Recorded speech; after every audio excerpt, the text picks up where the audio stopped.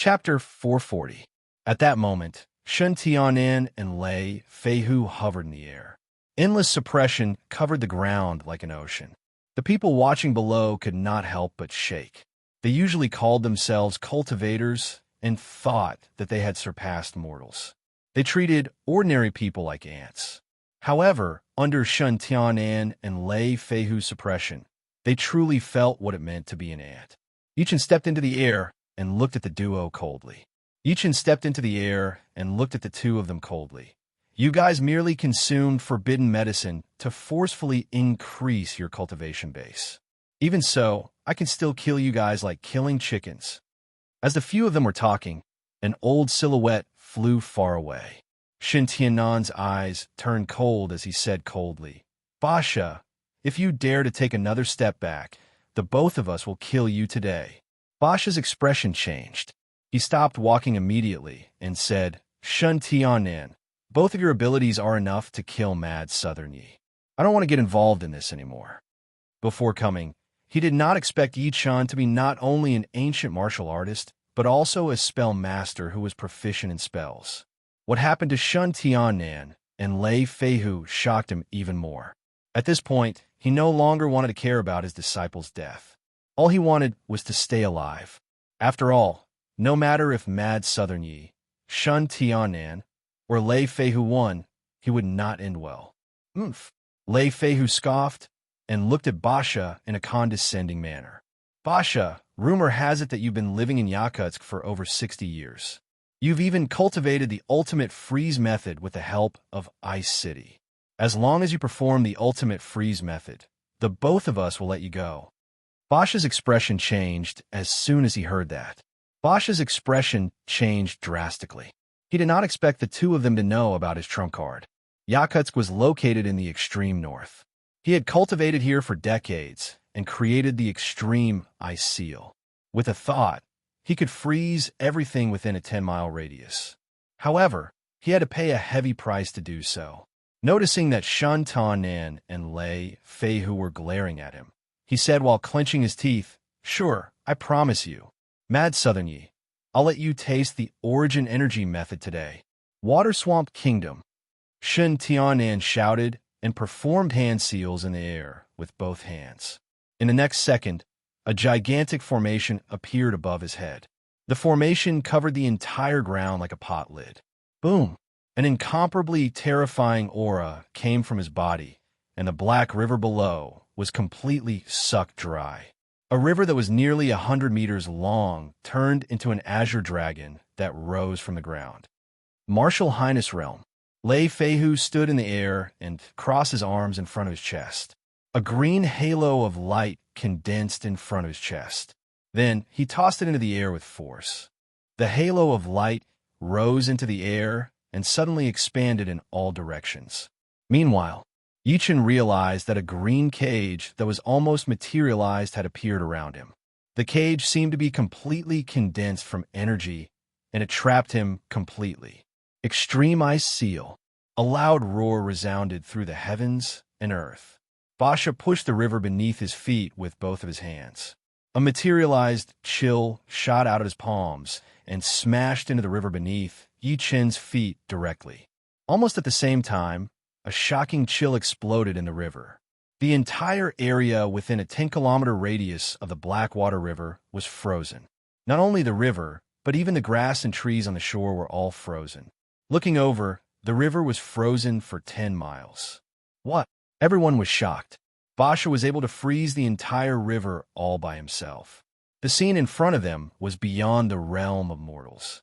Mad Southern Yi is going to lose after all. Yuan Shitai, who had been watching the scene, shook his head and forced a smile. Zhang Xianxing from Dragon Tiger Mountain nodded too. That's right. The legend of China's ancient martial arts world is finally coming to an end. His life is slowly coming to an end. If he's given another 10 years, sigh, what a pity. Master Yuan, is Brother Yi really going to die? Gigi's pretty face turned pale. She could barely stand. She could not accept the reality that was about to happen. Yuan Shitai glanced at her and forced a smile. Shen Tianan and Lei Feihu's combat strength have reached origin energy and martial venerable respectively, especially Lei Feihu. Mad Southern Ye's combat strength will be suppressed as soon as he unleashes his martial venerable territory. Coupled with Shintanan and Basha attacking crazily from the side, it's futile even if Mad Southern Yi has 3 heads and 6 arms. Yulei and Gigi could not help but have a change of expression when they heard that. They could only watch helplessly as the skinny silhouette was attacked by the 3 powerhouses. I admit that you're outstanding, but you shouldn't have offended the 3 powerhouses. I hope that you'll be an ordinary person in your next life. Yu Yin sighed softly as she looked at the silhouette.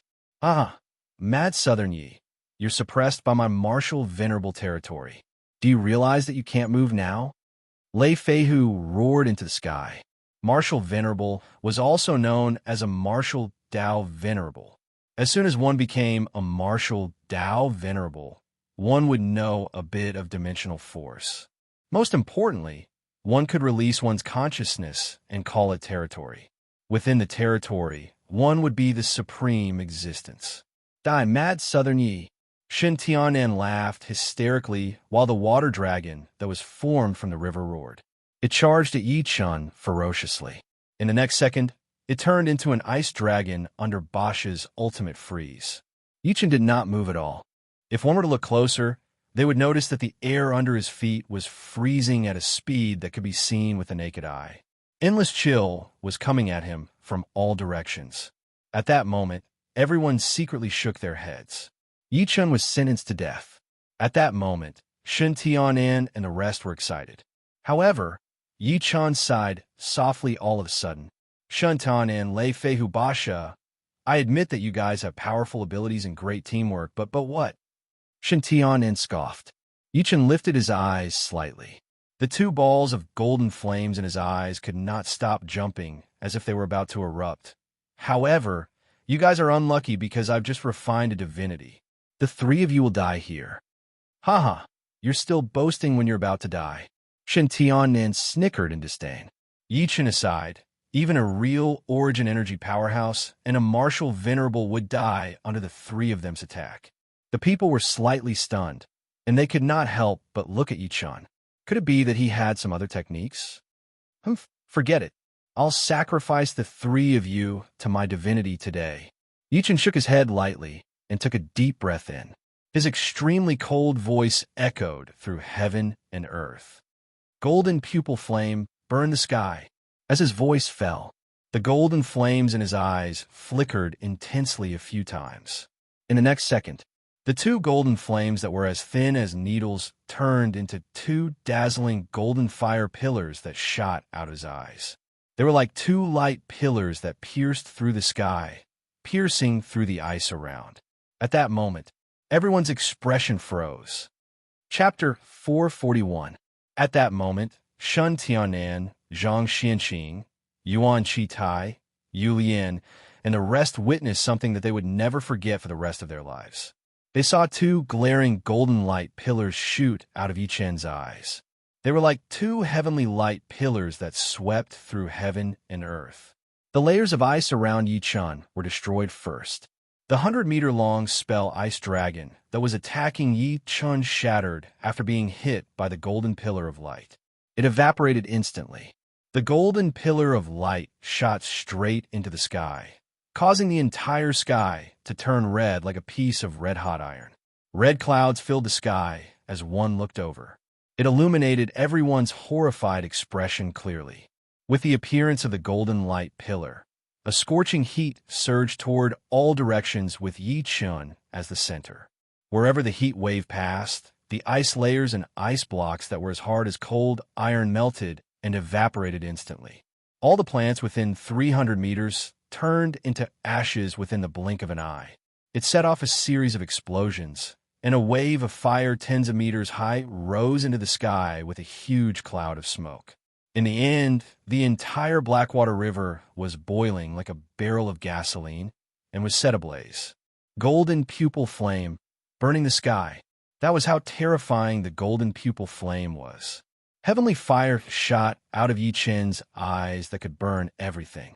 How could mere ice and water be a match for it? What? Shin Tianan's eyes widened in shock. He retreated while controlling his body, afraid that he would be hit by the light pillar. This, Lei Feihu was shaking intensely. My God, it's impossible. Basha had goosebumps all over his body. Disbelief filled his face as he said in an extremely sharp voice, "It's so possible." At that moment, heaven and earth fell into silence.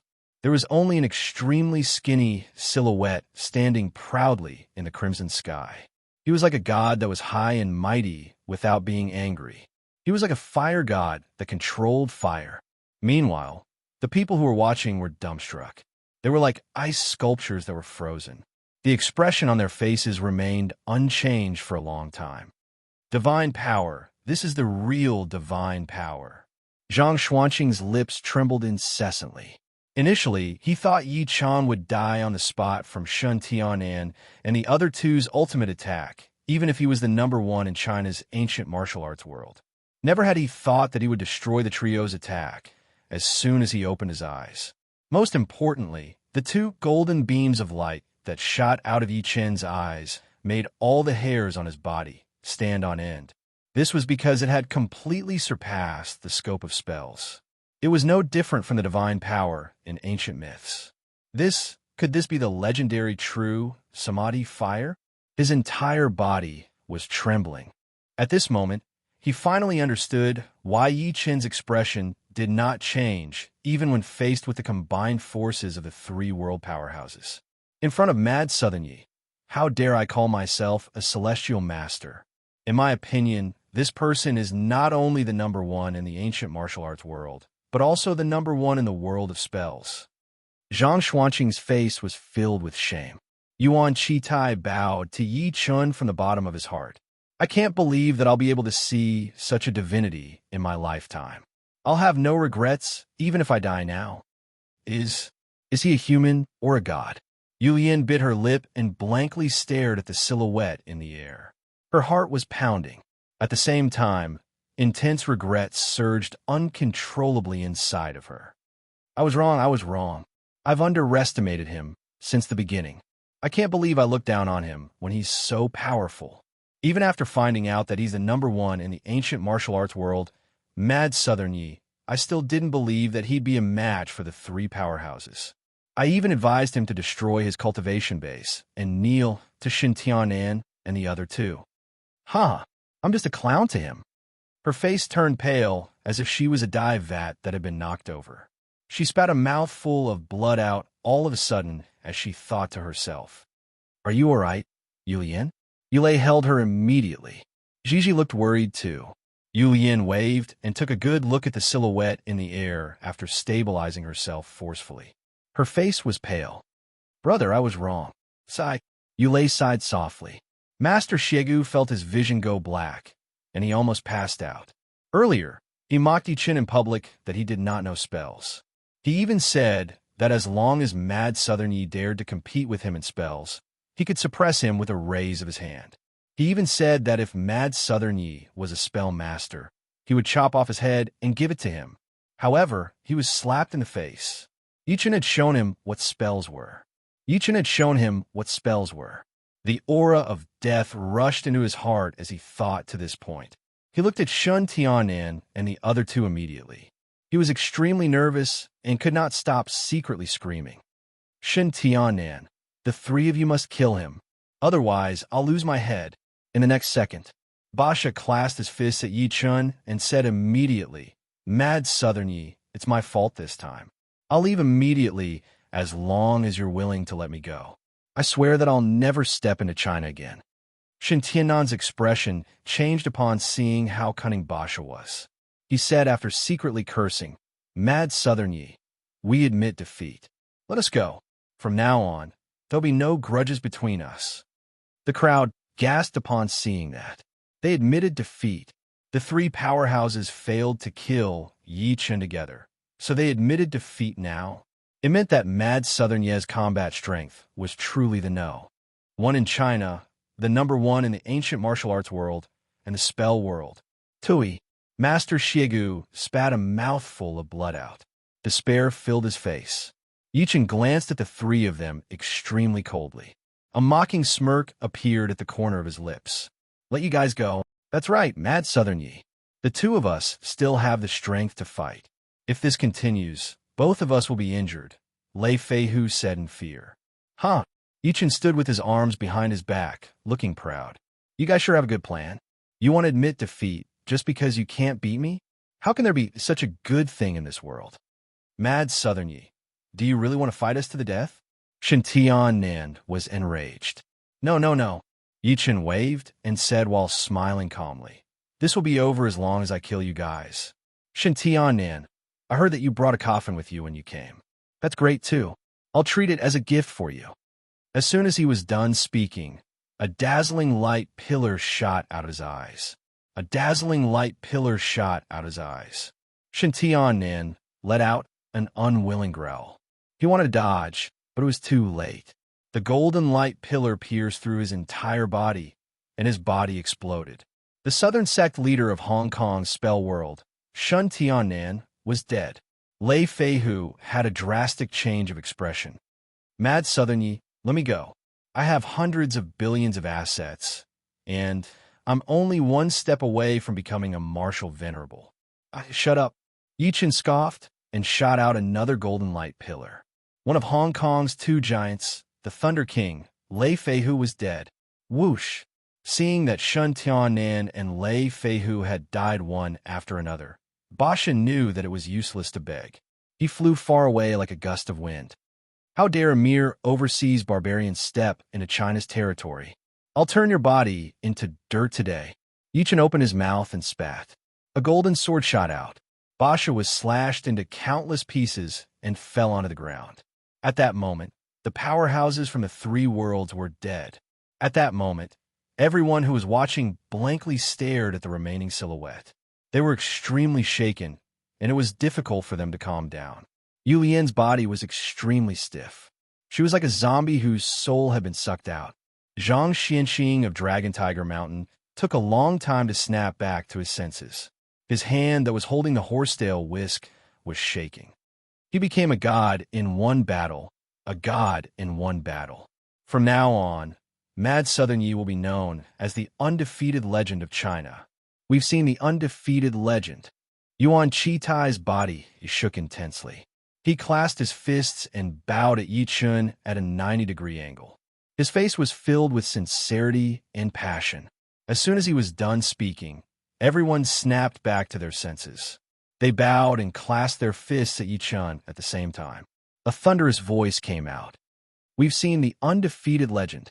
He had defeated Yuan Bupo single-handedly on the Surge River, killed 3 masters on the Jade Dragon Snow Mountain, destroyed the Su family with a swing of his sword. Now that he had killed 3 powerhouses from the 3 worlds on his own, Mad Southern Yi had never been defeated since he was born. Such a battle record. What else could he be if not the undefeated legend? P.S. The second chapter is a little too long. The climax is over, but I haven't thought of the ending yet. Therefore, there will only be 2 chapters today. Let me organize my thoughts. Chapter 442. The Undefeatable Legend. Countless eyes were trained on Yi Chun at the same time. They were either terrified, in awe, or envious Shin Tianan from Hong Kong, the leader of the Southern Sect, a legend of his generation. Lei Feihu from Hong Kong, the person who defeated China 50 years ago. Basha from Russia, the old monster who destroyed 10,000 troops on his own and could even fight an intercontinental missile head-on. However, all 3 of the world's top powerhouses were killed by Mad Southern Yi. Before this, none of the people who were watching the battle had high hopes for Mad Southern Yi. However, the dramatic outcome made them dumbfounded. From now on, apart from the title of Mad Southern Yi, he had another title that was going to shock the world. The Undefeatable Mad Southern. Mad Southern Yi, the undefeatable legend, or simply the undefeatable Mad Southern. This guy has such combat strength at such a young age. He's indeed a genius. Some powerhouses looked serious while their hearts were filled with respect. Another person stroked his beard and sighed. With this person around, no one in China will be able to compete with him within 100 years. Perhaps in the future world tournament, China might be able to turn the tables. Everything calmed down. Yi Chun, who was hovering in the air with his arms behind his back, suddenly turned his head and looked down in a condescending manner. He shouted all of a sudden like a thunderclap, "Master Shegu, give me your head." Master Shegu, who had been trying to sneak away, had a drastic change of expression as soon as he said that. He shuddered as Yi Chun locked his gaze on him. "Mad Southern Yi, I was just messing with you earlier." He dare not run.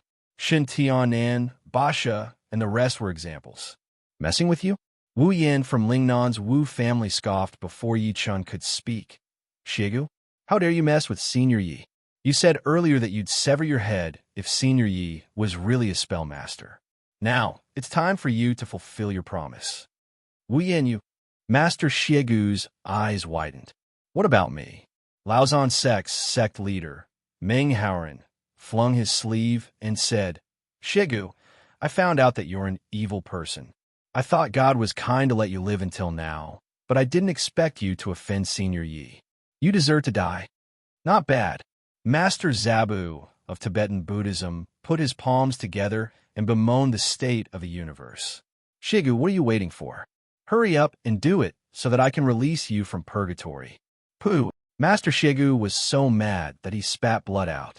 Never had he thought that so many people would want him dead, just to get on Yi Chen's good side. He could not help but look at Zhang Xianqing of Dragon Tiger Mountain. "Help me, Celestial Master."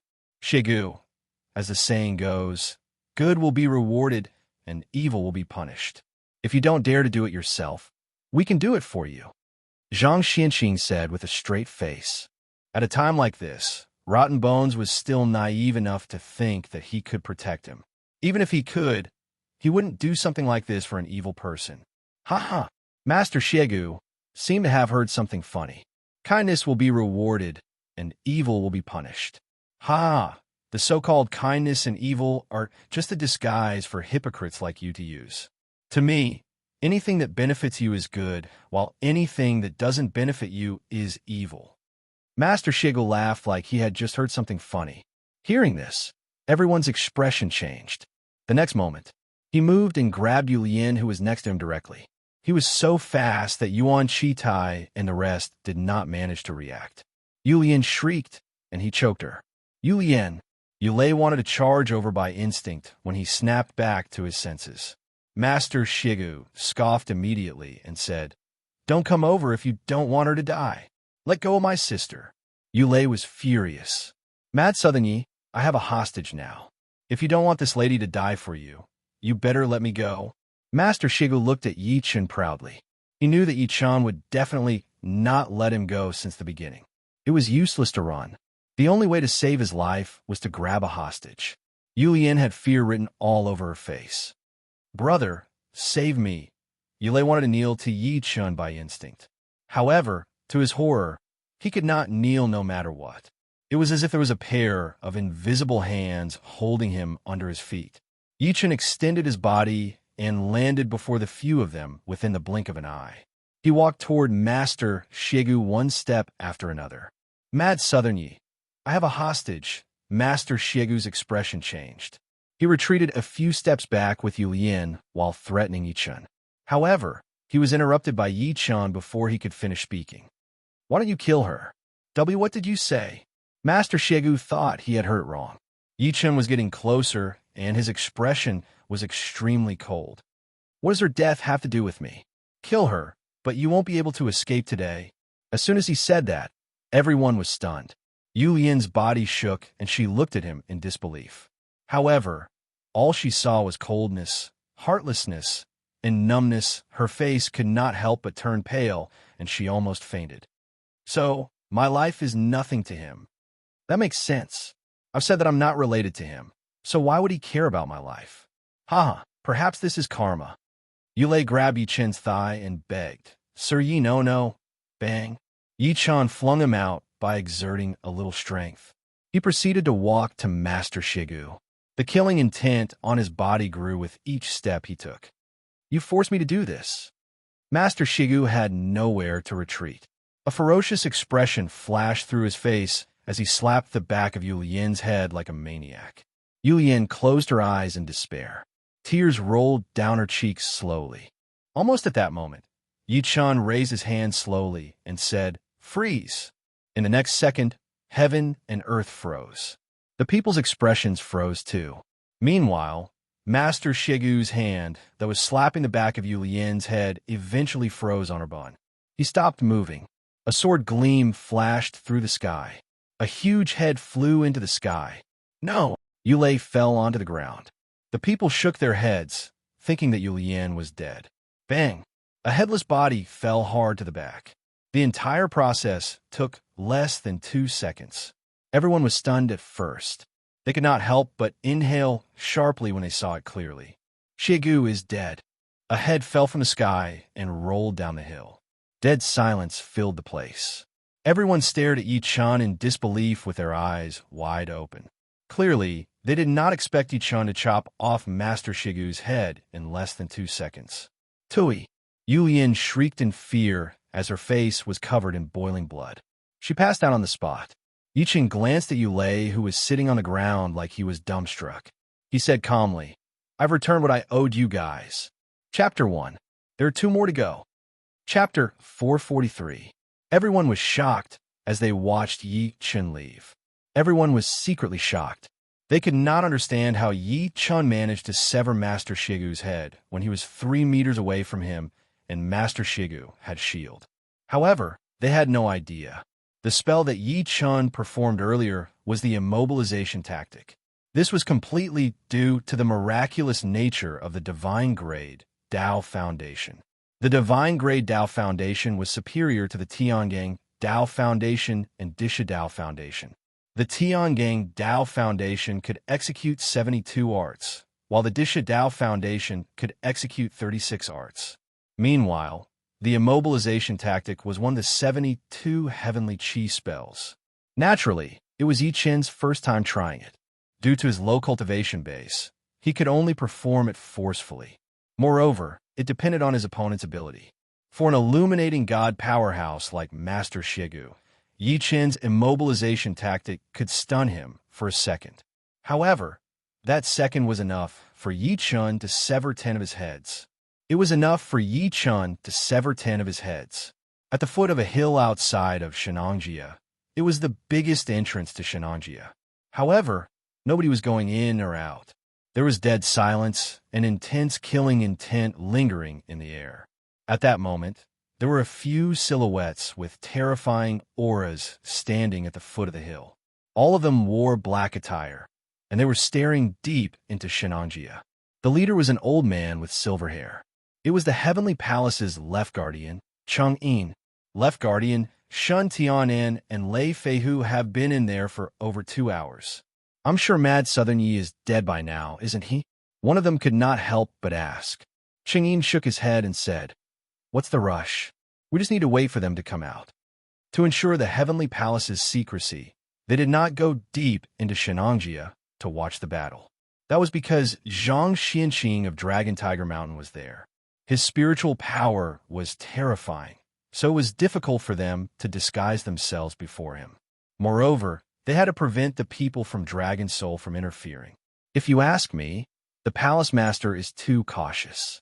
Mad Southern Yi will definitely die if Shun Tianan and Lei Feihu work together. There's no need for us to wait here. Another person scoffed. The rest nodded too. As people from the Heavenly Palace, they knew Shan Tianan and Lei Feihu very well. They even knew that Lei Feihu was Palace Master Guan Shanyue's senior brother. The Palace Master was already so powerful, let alone his senior brother. When Xing Yin heard this, he sneered inwardly. I'm afraid you guys still don't know that the Palace Master has given a type of medicinal pill to Shun Tianan and Lei Feihu.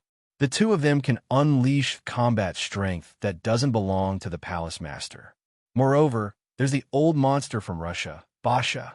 With the 3 powerhouses working together, Mad Southern Yi has no chance of surviving at all. Thinking to this point, he couldn't help but be eager to give it a try. Mad Southern Yi, the Dragon Soul saved you last time. I want to see who else can save you this time. Don't worry, after you die, the next one will be the Dragon King, Niu Qingshan. The entire Dragon Soul will cease to exist. By then, the Heavenly Palace will reign supreme in China, and the palace master will rule the world. Someone is coming out. At this moment, someone exclaimed. Everyone hurriedly looked over and saw a skinny young man slowly walking out from the depths of Shenangjia with his hands behind his back. It's Mad Southern Yi. He's not dead? How is this possible? The few of them were shocked, and their faces were filled with disbelief. Oh no, Shen Tianan and Lei Feihu lost. Let's go. Let's go. Cheng Yin's expression changed. He seemed to have thought of something and dashed far away immediately. At the same time, a storm was stirred in his heart. Mad Southern Yi walked out unscathed, which meant that Shun Tianan and the other two had lost. He must report this to the palace master so that he could deal with it as soon as possible. The few of them ran away in a panic like dogs that had lost their homes. In the next second, they saw a blur before them. A silhouette blocked their way. Yichen turned his head slowly, and a mocking smirk appeared at the corner of his lips. Why are you leaving in such a hurry? Are you rushing to reincarnate? Why don't I give you guys a ride? You might be able to catch up to Shun Tianan and the rest on the road to hell. Kill him! Cheng Yin shrieked in rage. Everyone's aura exploded. An old man in his 60s threw a punch at Yi Chan first, causing a series of explosions to be heard in the air around. How dare you attack me? Die! Yi Chen shouted.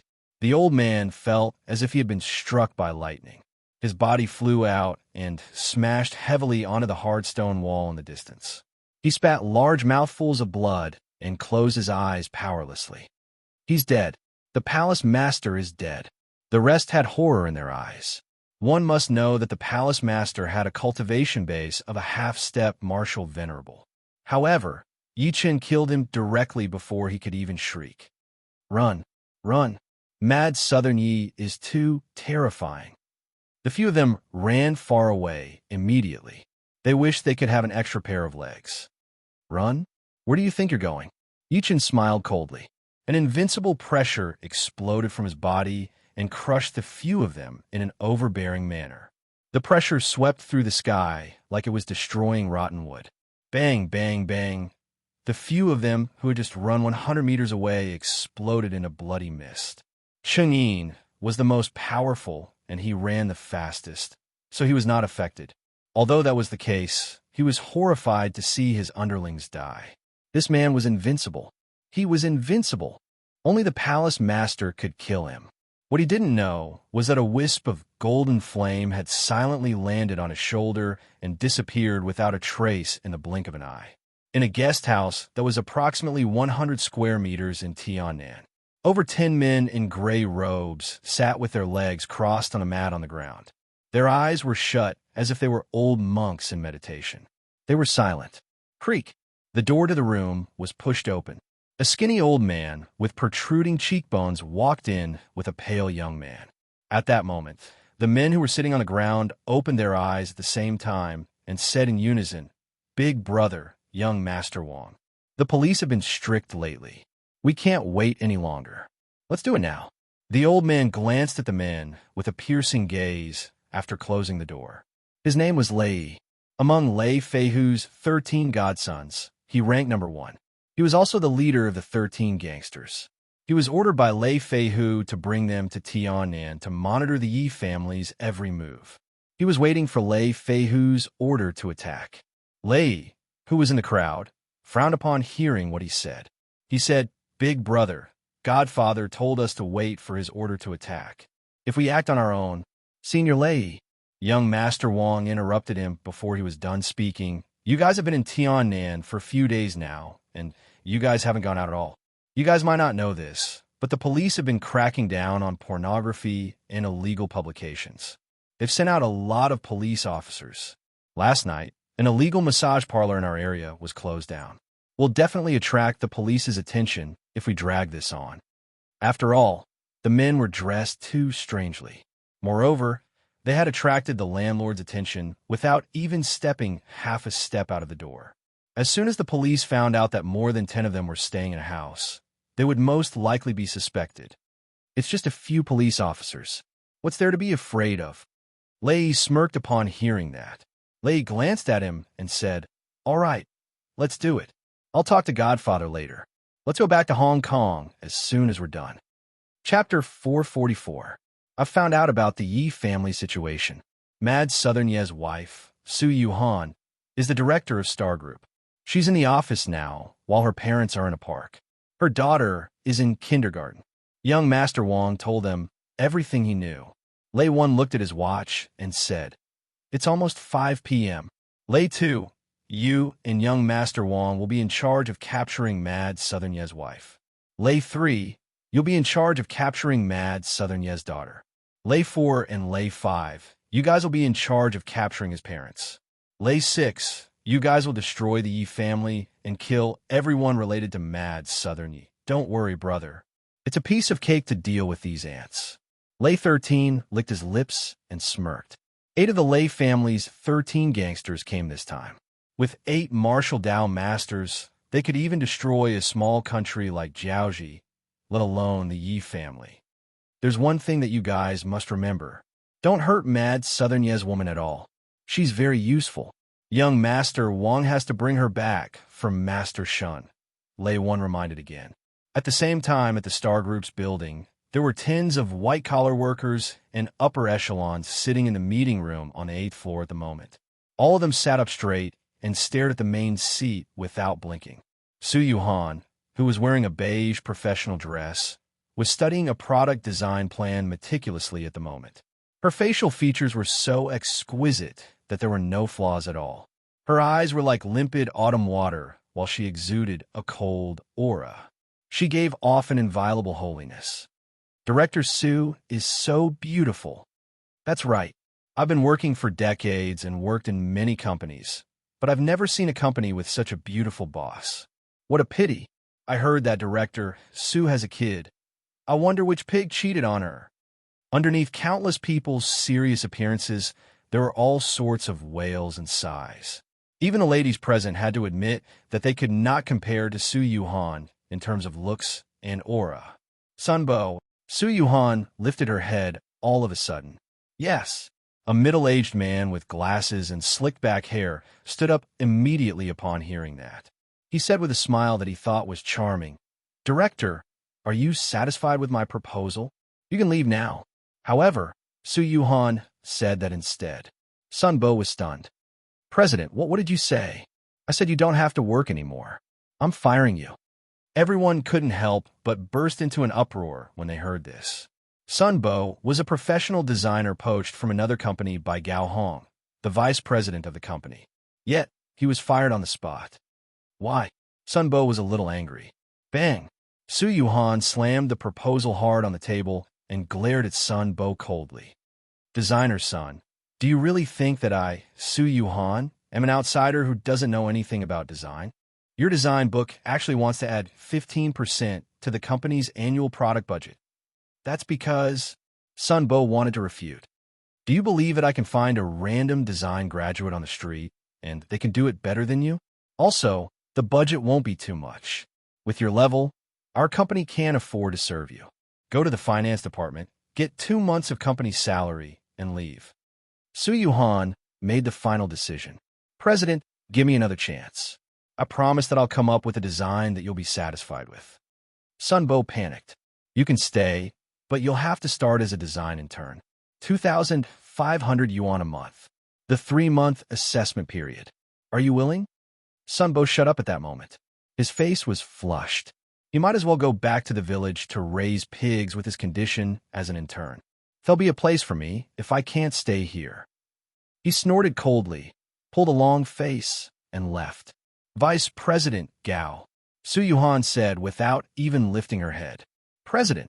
The vice president, Gao Hong, stood up immediately. He was nervous. "You poached Sunbo, didn't you? What the hell are you doing?" Su Yuhan slammed the table hard. Gao Hong was in high spirits. "President, it's my fault. I didn't know you well enough. I'm willing to accept any punishment." "It won't happen again." Su Yuhan put the proposal away and stood up. Meeting dismissed. With that, she left in her high-heeled shoes. Everyone watched her leave while dumbstruck. It had been less than 3 days since Su Yuhan joined the Star Group. In the beginning, everyone thought that she had gotten in through her connections and was just a vase. Therefore, they were rather perfunctory and passive when they worked. Never had they thought that such a beautiful woman would have such a domineering and overbearing side. First, she fired Sun Bo, the designer. Then, she criticized the vice president in public. The series of ruthless methods shocked everyone. It seemed like this beautiful president of ours was not simple. The people left the meeting room with different thoughts in their minds. In the president's office, Su Yuhan looked at the time after cleaning her desk. Realizing that it was 5:30 p.m., a gentle smile appeared on her cold, pretty face. It's time to pick Ming Ming up. That be Astra's starred. Yi-chun gave me such a big company. Isn't he worried that I'll be taken over? What's worse is that he wanted to pick up my daughter. At that moment, someone knocked on the door. Come in. Yi-won, who was dressed in a professional suit, walked in with her bag. She said in admiration, "Sister-in-law, this is the company. Call me president." Su Yuhan reminded her.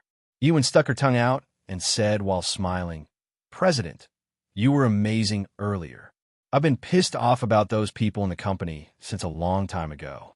These guys are the company's veterans. They're pretending to be obedient, but secretly disobeying. In the end, you scared them so much that they didn't even dare to fart. I learned that from your brother." Su Yuhan smiled too. That be Astra's star keeps saying that if you can make a move, don't talk nonsense. I thought it's useless to be gentle to deal with these old foxes. I have to learn from your brother's domineering ways. My brother is amazing. Ewan smiled playfully. But you're even more amazing. You taught my brother-in-law a good lesson. WW doesn't even dare to say anything, let alone flirting with those shady women. Stop talking nonsense. Su Yuhan glared at her. I have to pick Ming Ming up. She was about to walk out of the office as she spoke. At that moment, a panicked voice came from outside. President, bad news, bad news. The next moment, a woman in her early 20s walked in with documents in her arms. She panted and said, CEO Han from Dongshin Group is here again. He has sent a fleet of cars to block the entrance. He even placed a lot of roses downstairs to confess his love to you in public. Him again. Ewan was enraged. This bastard. How many times have I told him that our president has a child, but he's still clinging to her. He's trying to steal my brother's woman. Chapter 3. Today's update is complete. Thank you for everyone's support. Chapter 445. In the director's office of Star Group. What do we do now, director? Facing the secretary's panic, Su Yuhan walked to the window and looked at the crowd below. She said, Shaolin, let's go. Let's go down. What did you say, director? Go down? The lady named Shaolin was slightly stunned. She thought she had heard wrongly. Director Han has blocked the exit. He's waiting for you to go down. I think we should call the police and wait for them to come. That's right, sister-in-law. Han Zimming, that bastard, wants you to go down. Don't fall into his trap. Ewan nodded as well. If it really doesn't work, we won't go out.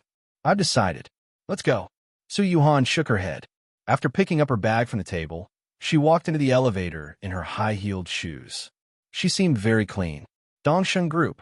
It was the top group in the entire Tian'an city with assets of hundreds of billions of yuan. It was founded in the early 1990s and could be said to be a giant in Tian'an's business. Meanwhile, Han Zimming was the chairman of Dongshin Group. He had increased Tian'an's finances greatly and solved countless labor problems. If calling the police was useful, Han Zimming would not have come to Star Group to cause trouble. Moreover, she still had to pick up her daughter. It was impossible for her to hide in the company and not go out. At that moment, countless passers-by were gathered at the entrance of Star Group's building. Everyone had their eyes on the 20 latest Ferrari supercars by the side of the road. These 20 cars were lined up in 2 rows, and in the middle of the road, there were dozens of staff holding countless roses and starting to decorate the scene. Not long after, they arranged a big heart shape, impressively made up of 9,990 roses. Almost the moment Su Yuhan walked out with her secretary, Shaolin, and Yi-won, a handsome young man in a white suit knelt on one knee before the huge heart-shaped rose. Oh my God, it's Director Han of Dongshin Group. Someone cried out in surprise, recognizing the other party's identity at a glance. Han Zimming held a diamond ring in his hand and looked at Su Yuhan. he said with deep love in his eyes. Yuhan, from the moment I saw you, my heart told me that you're the person I've been waiting for my entire life. You've given me courage and motivation. I'll use my entire life to protect you. Please accept my love, Hua. In such a romantic and grand confession ceremony, coupled with Han Ziming's passionate confession, the atmosphere at the scene was completely ignited to the extreme. All the women present screamed in unison, their eyes filled with infatuation and envy. Even the female employees of Star Group were no exception. If such a young, promising, handsome, and rich person confessed to them like this, they would be willing to die for him, let alone accept his love. Together, together! No one knew who took the lead and shouted. A series of exclamations followed. Hearing everyone's screams, the smile on Han Ziming's face grew brighter. Passion and greed flashed through his eyes when he looked at Su Yuhan. He thought he understood women well enough.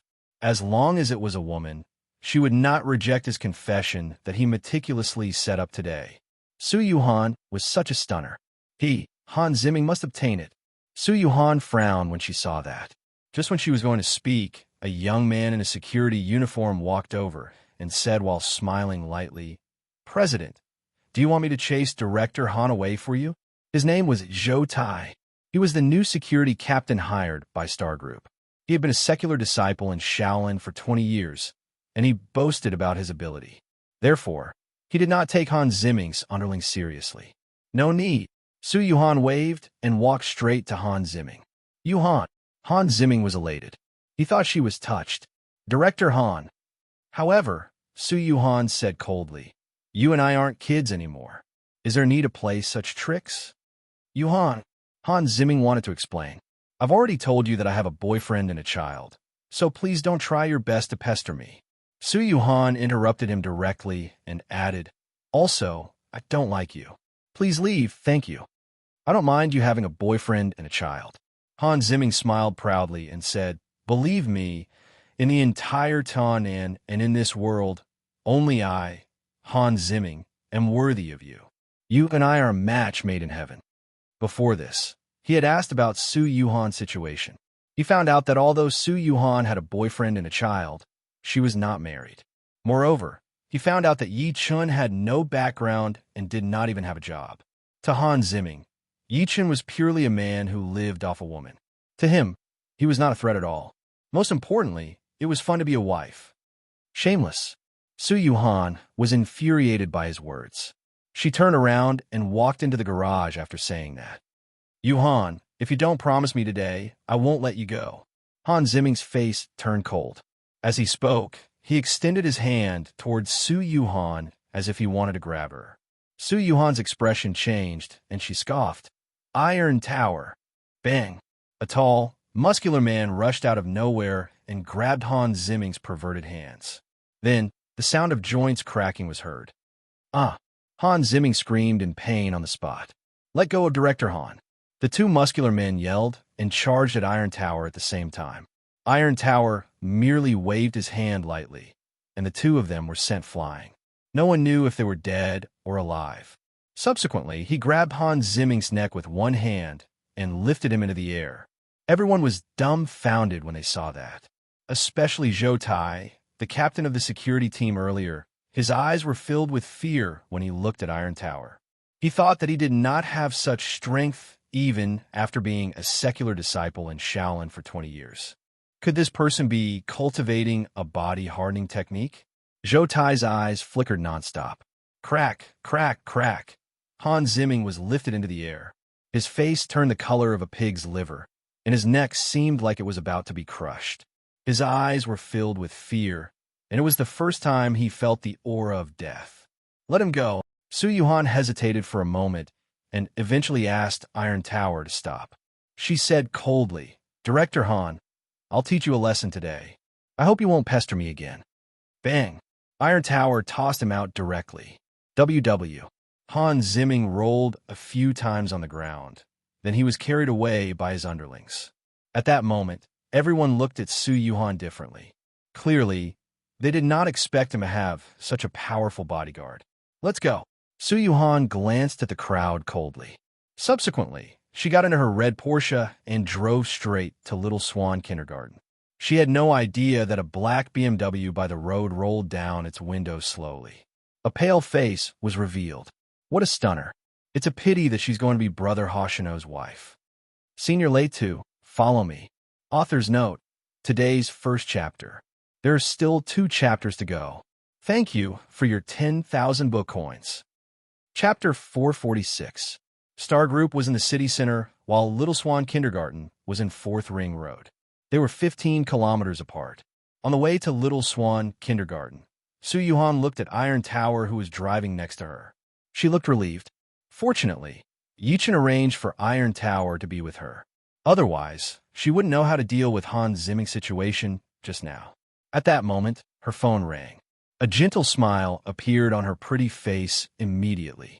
She picked it up and said, "My dear daughter, what's wrong?" "Mommy, when are you coming to pick me up?" "I've already left school." A baby voice came from the phone. "Soon. Mommy will be there soon," Su Yuhan reminded immediately. Su Yuhan reminded him immediately. "Wait for me at the school gate. Remember, don't run around. Be careful of cars." All right, I know. I'm not a kid. Daddy isn't as naggy as you are." The little girl snorted impatiently and hung up the phone. "This girl, I really can't do anything about you." "How old is she?" "She's not a kid anymore." Su Yuhan did not know whether to laugh or cry after hanging up the phone. She seemed to have thought of something at the end of her sentence. "Mingming will be 5 years old on the 8th of next month, right?" 5 years ago, Yichen disappeared near the end of the year. After that, she found out that she was pregnant. She gave birth to the little girl on the 8th of October the next year. Therefore, the little girl's birthday was on the 8th of October of the lunar calendar every year. She was a Scorpio. That means there's still half a month left. Guilt flashed across Su Yuhan's face. "I left this girl when she was 2 years old. I haven't celebrated her birthday since she was sensible. I must make it up to her this time. And that bastard Yichun. When he comes back, I won't let him out, even if I tie him up with a metal chain." She picked up her phone and called Yichen immediately as she thought to this point. Yichen stepped on the sword gleam and said while smiling after picking up the phone, "What's wrong, my dear? Miss me so soon?" "Who misses you?"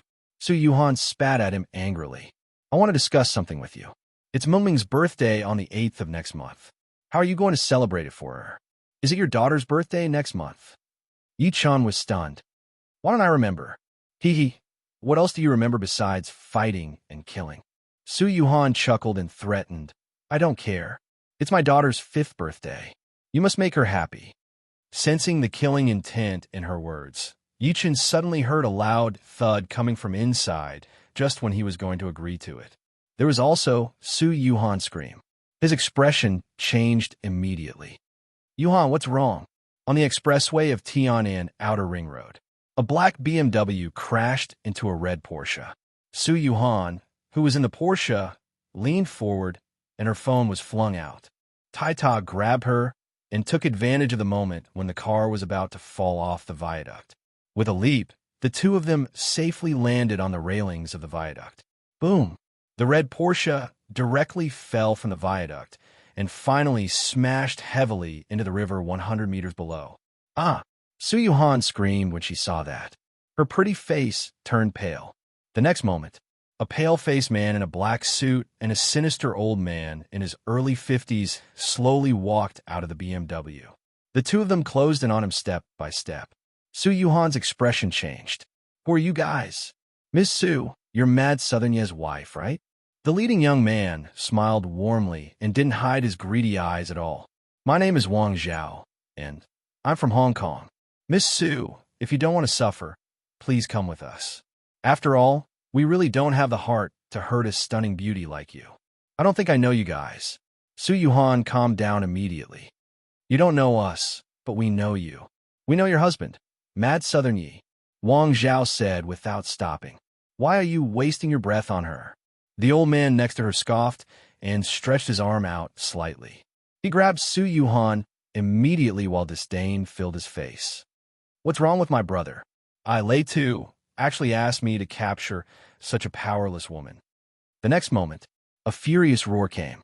Next to Su Yuhan, Iron Tower's body shook intensely, and he threw a punch at Lei Tu. Gotcha! The punch and the claw collided. Lei Tu's knuckles were crushed on the spot. He retreated a few steps back uncontrollably after a low grunt. He was shocked when he looked at Iron Tower again. Such a powerful force. Who are you? Wang Zhao was stunned too. One must know that Lei Tu's ability was only second to the leader of the Lei family's 13 gangsters, Lei 1. However, someone managed to defeat him. Bang! Tai Ta roared out angrily once again in response to his question. His body suddenly swelled, and in almost the blink of an eye, he had grown to over 2 meters tall. His clothes were completely torn apart, revealing 2 dragon-like arms. Bang, bang, bang! Iron Tower charged at Lei Tu at high speed. The viaduct under everyone's feet would shake with each step he took as if it could not bear the weight. Do you really think I'm scared of you? Lei Tu scoffed and charged at Iron Tower. Both of them fought on the viaduct. The more they fought, the more shocked Lei Tu was. He realized that Iron Tower's body was extremely tough. Iron Tower did not feel any pain when he punched him. On the other hand, his blood vessels felt like they were going to explode when Iron Tower punched him. How is that possible? Where did this freak come from? Wang Zhao was shocked and enraged to see that. He scoffed and grabbed Su Yuhan when he saw how nervous she was. Miss Su, come with me. Ha ha ha. Su Yuhan's pretty face turned pale. She retreated by instinct. However, just when Wang Zhao's hand was about to touch her shoulder, a glaring golden gleam shone from her body all of a sudden. In the next moment, Wang Zhao let out a blood-curdling screech as his entire body was sent flying. When he looked at his hand again, it was now a bloody mess. There were numerous bloody holes on it, as if it had been pierced by needles. Meanwhile, there were spikes growing out of Su Yuhan's clothes. They protected her tightly like the spikes of a hedgehog. Is that a magic tool? Wang Zhao lost himself in shock. Su Yuhan was stunned too. She could not help but stretch her arm out to touch the spikes. However, she realized that they did not harm her at all. She could not help but recall the clothes that Yi Chun had given her before he left. Yi Chun had said that it was some protective armor back then, but she did not believe him in the beginning. Never had she thought that it was real. Senior Lei, this lady has a magic tool. Wang Zhao turned his head and shouted at Lei Tu, who was fighting Iron Tower while enduring the excruciating pain. However, he saw a nightmare subsequently. Iron Tower sent Lei Tu flying with a punch. At the same time, Iron Tower stomped his feet and shot into the air like a cannonball. In the next second, he stepped on Lei Tu. Lei Tu sank deep into the ground and eventually pierced through the viaduct. His body fell into the river 100 meters below, with his body in pieces. Before Wang Zhao could react, Iron Tower stepped on him. Wang Zhao's eyes were wide open as he shrieked in fear. Wait! Su Yuhan stopped Iron Tower all of a sudden at the critical moment. She said to Wang Zhao while looking at him, "Tell me, why are you guys capturing me?" Wang Zhao was scared out of his wits. He told her everything about the Lei family's 13 gangsters wanting to destroy the Yi family. Su Yuhan's face turned pale after hearing that. Are you saying that apart from me, someone else has gone after my family, including my parents and my daughter? Chapter 447. Hurry, drive faster. In a BMW, Su Yuhan ordered Iron Tower, who was in the driver's seat. She took out her phone and called Lin Tai. Lin Tai, there are 8 people who want to fight our family. One of them is dead, and there are 7 more. They're looking for my parents and daughter now. Meanwhile, Wang Zhao was tied up and tossed into the trunk. Her heart was in her throat after hanging up the phone. She prayed secretly, Mom, Dad, Ming Ming, please be okay. Tian'an People's Park. After hanging up the phone, Lin Tai glanced at Yi Hai and Wu Lan, who were square dancing far away. He even saw Yi Tao and his wife. Yang Tan, who was standing aside, took a puff of his cigarette and said while grinning, Old Lin, come on. You lost the bet. Pay up. Oomph. Lin Tai scoffed. He took out a bank card and tossed it at him with a grim expression. He was pissed. Before this, the Patriarch of Hell had divined that someone would target the Yi family. Therefore, he told Lin Tai and Yang Tian about it. The 2 of them could only come to the park early in the morning to protect Yi Hai and Yi Tao secretly. However, Both of them had been hiding since noon. They did not find anything. Lin Tai began to suspect that the patriarch of hell was lying. On the other hand, Yang Tian believed it without a doubt. He insisted on making a bet with him that the patriarch of hell's divination would come true before the sky turned dark. The bet was 10 million yuan. Su Yuhan's call proved the patriarch's divination. While Lin Tai's heart ached when he saw Yang Tian taking the 10 million yuan bank card happily, he could not help but ask, "Do you trust the patriarch of hell that much?" He had mixed feelings about old ancestor Netherworld. He did not know how to evaluate him. It was the first time he had seen a dog who liked to take care of himself. Old ancestor Netherworld kept talking about how awesome he was in the past, and even said that he had 3,000 wives. In the end, Lin Tai suspected that he was crazy. However, Yang Tian believed him without a doubt. He almost became the patriarch of hell's lackey. Hearing that, Yang Tian took another puff of his cigarette and revealed an extremely sincere expression. "Believe in the patriarch and you'll live forever." The corner of Lin Tai's lips twitched hard. "You really look like the patriarch's lackey now. You're seriously poisoned. Believe in the ancestor and gain eternal life." "You don't understand." Yang Tian chuckled. "They're here." Lin Tai suddenly turned his head to look behind him. He saw two old men dressed like farmers supporting each other in the corner of the square 10 meters away. Each of them was carrying a basket as they walked toward Yi Hai and the other three. There were fruits and vegetables in the basket. The duo was Lei 4 and Lei 5 of the Lei family's 13 gangsters. They were ordered to capture Yi Chen's parents. Considering that there were many people in the park, they dared not make a scene. "You're an expert, but you're pretending to be weak. If we weren't here today, you would have succeeded." Yang Tian and Lin Tai looked at each other. Intentionally or unintentionally, he walked over and stopped the two of them. At that moment, a ferocious gleam flashed through Lei 4 and Lei 5's eyes. Just when they were going to attack, they heard Yang Tian ask innocently, "Sir, how much are your tomatoes?" "5," Lei 4 said in his deep voice. Lei 5 secretly took a good look at Yang Tian and Lin Tai. He secretly shook his head at Lei 4 when he realized that they had no true energy cultivation base at all. 5 yuan a caddy of tomatoes? Did they grow them with the patriarch's feces? What a pair of idiots. Yang Tian secretly scoffed, but he said in shock, 5 yuan a caddy? That's a little expensive, but your tomatoes look red and fresh. I'll take them all." "Sir, I'll take your fruits too," Lin Tai said. Yang Tian pretended to take out his wallet as he spoke. He said, "I'm sorry, sir.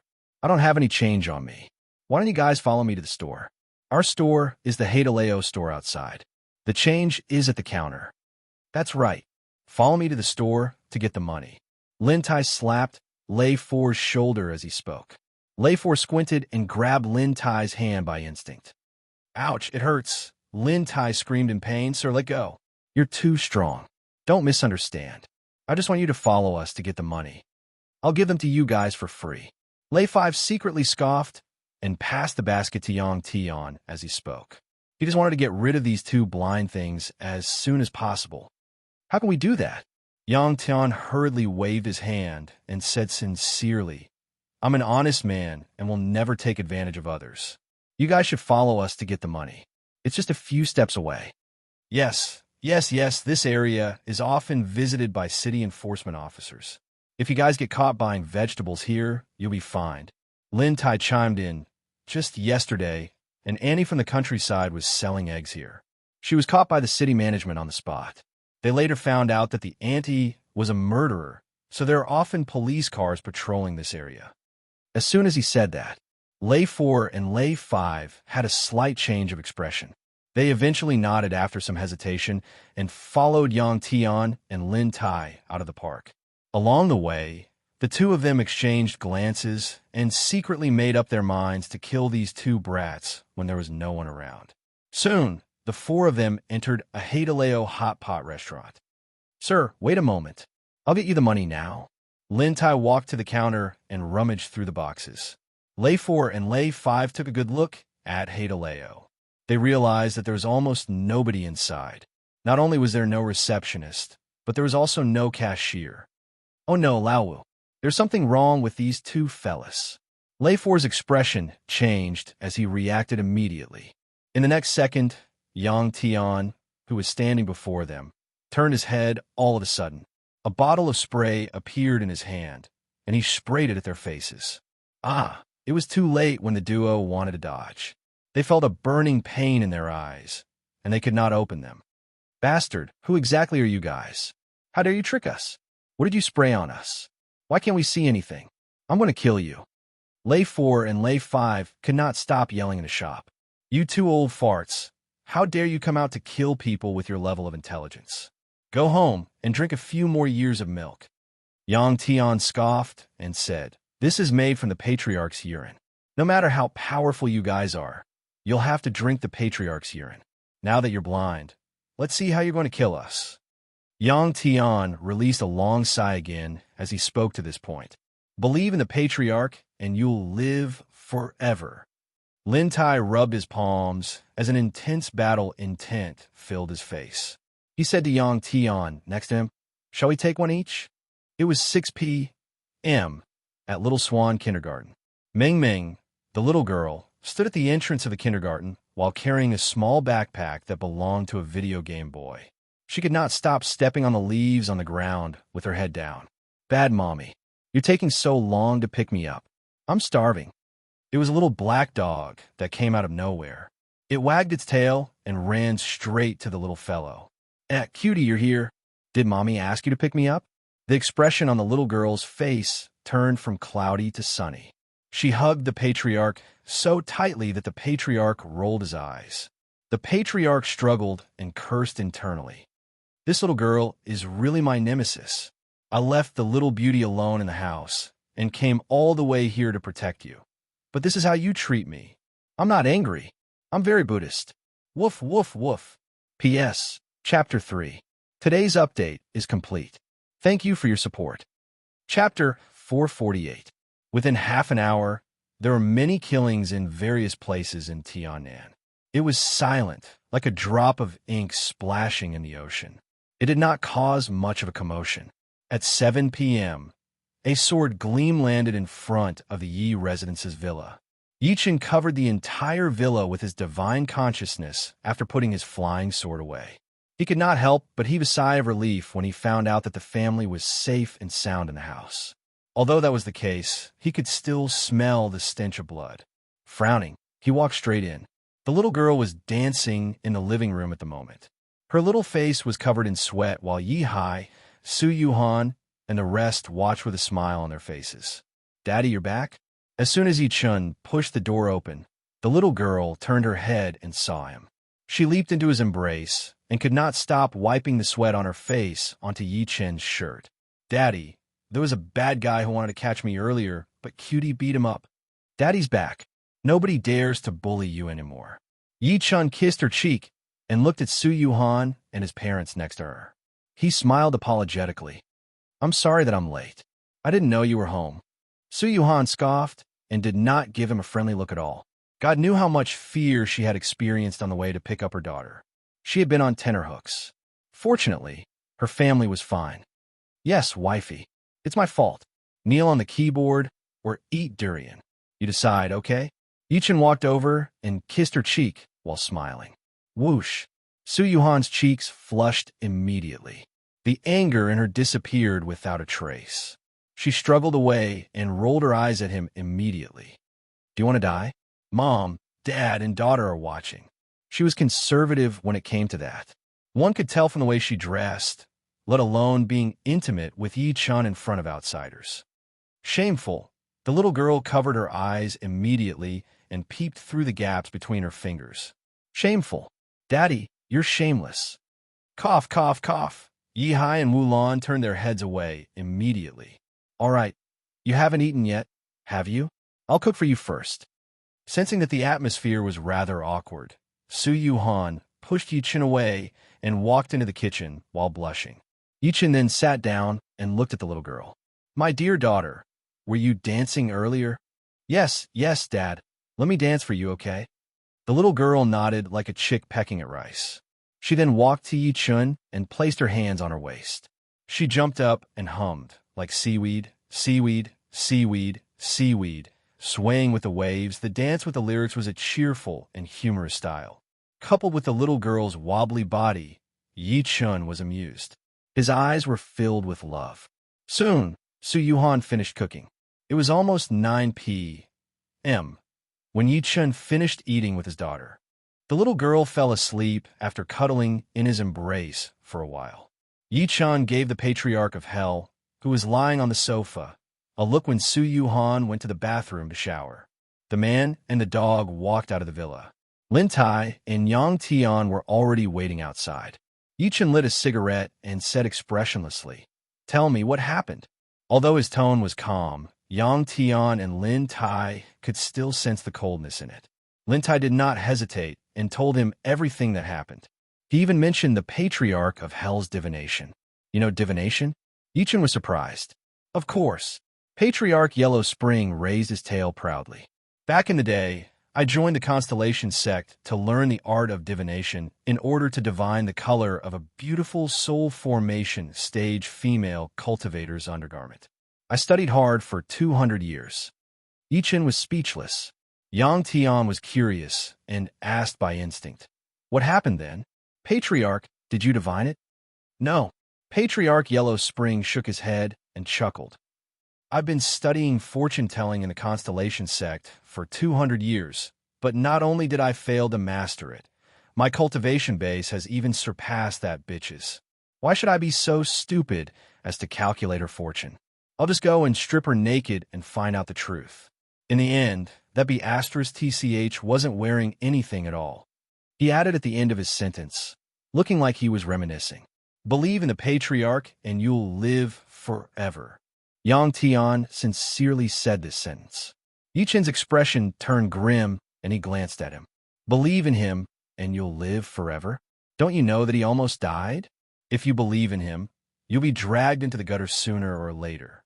Yang Tian smiled awkwardly. "So, these people are Hong Kong's Lei Feihu's adopted sons? They came to Tian'an this time to touch my family under orders?" Yi Chun said while frowning. "That's right." Lin Tai nodded. "Lei Tu was killed by Madam's bodyguard, Iron Tower. The few of us killed the rest. Apart from Shun Tian'an's registered disciple, Wang Zhao, none of them survived." "Great." Yi Chun's expression eased. "Bring me to Wang Zhao." In the Yi residence's dungeon, a pale young man was hovering mid-air with his entire body tied up. He looked at the pool beneath him in fear and said in utter terror, "Help." There were tens of crocodiles in the pool. All their heads popped out of the water at the moment. They opened their mouths to reveal their sharp teeth while looking at Wang Zhao, who was in the air. They did not move at all. There were tens of crocodiles' mouths that were filled with fangs as far as the eye could see. Lin Tai had done that earlier. Creak! The door was pushed open. Wang Zhao jolted and looked over immediately. I'll tell you. Let me go. I'll tell you. You don't have to tell me." An indifferent voice sounded. Wang Zhao looked over by instinct and was stunned as if he had just seen a ghost. "Emad Southern Yi. Why, you're not dead? How is that possible? Didn't my master, Shun Tian'an, go to the Longmen Convention with Lei Feihu to kill Mad Southern Yi? Why is Mad Southern Yi here? Could it be?" A bad premonition appeared in his mind. Yi Chun did not bother replying to him. He stretched his arm and clawed at him. Wang Zhao was caught in his hand. Before he could react, Yi Chun pressed his palm on his head and performed the soul-searching tactic to read the memory in his head by force. A while later, Yi Chun tossed him into the pool. The crocodiles that were so hungry that their eyes turned green charged over immediately. The water was dyed red as they bit each other. "Shen Tianan." Yi Chun chuckled as a ferocious gleam flashed through his eyes. "You're extraordinarily vicious. First, you buried your son in the corpse breeding ground so that he would turn into a zombie and become your puppet. Then, you wanted to capture my woman to marry your son. It's unfortunate that you're dead." The only thing that puzzled him was that Wang Zhao, the nominal disciple, had no idea where Shun Tianan buried Shen Xingye. Chapter 449. Looks like I'll have to make another trip to Hong Kong. Yi Chun shook his head lightly. He did not care where Shun Xingye was buried. Shen Tianan, so what if your son has really turned into a zombie? Yi Chun, can crush the drought demon with a flip of my hand. My lord, did you really kill Shen Tianan and Lei Feihu? Lin Tai could not help asking. Of course. Yi Chen smiled in a non-committal manner.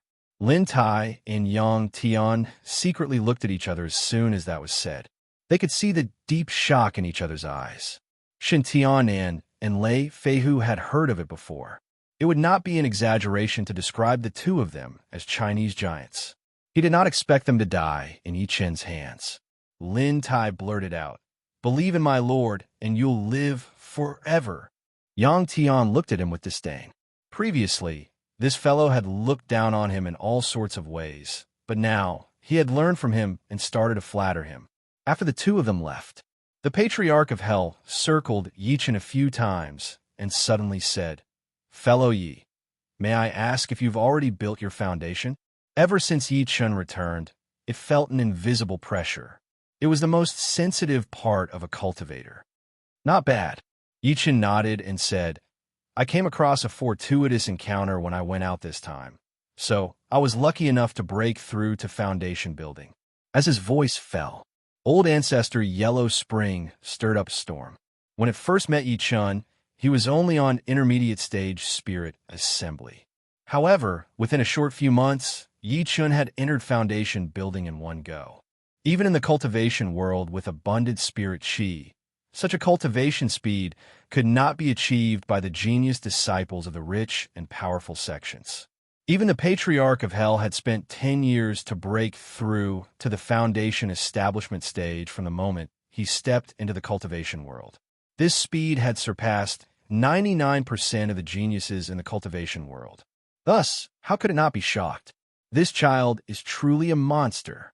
Thinking up to this point, it could not help but smile bitterly and said somewhat dispiritedly, "Then I'll have to congratulate fellow Taoist Yi. The foundation building stage is enough for you to be proud of this world. Fellow Zhuang, you must have broken through to peak spirit assembly now, haven't you?" Yi Chen glanced at it, feeling rather shocked. "Not bad." The Patriarch of Hell nodded. He was a little dejected. "However, I'm not as lucky as you. I don't know when I'll be able to break through to the foundation building stage." Ever since Yi Chen woke up from his drunken stupor, Lin Tai had brought him to various clubs. His cultivation base was also improving. Eventually, he was stuck at peak spirit assembly. The next step was foundation building. However, if one wanted to build a foundation, not only would they need a foundation establishment pill, but they would also need the earth veins to complement each other. This was easier said than done on Earth. Yi Chen smiled lightly. As soon as you reach foundation building, your soul power will be much stronger. By then, you can look for a cauldron to possess. At the end of his sentence, he added, "I can help you build your foundation. For example, the foundation building pill. You only need to find the main ingredient for the foundation building pill, and you'll be able to refine it. As for the vein of the earth, you'll have to ask around." Very well. The Patriarch of Hell's spirit was lifted. He clasped his fists at Yi Chen. "Thank you, fellow Yi. Don't worry. You know me very well. I won't threaten you.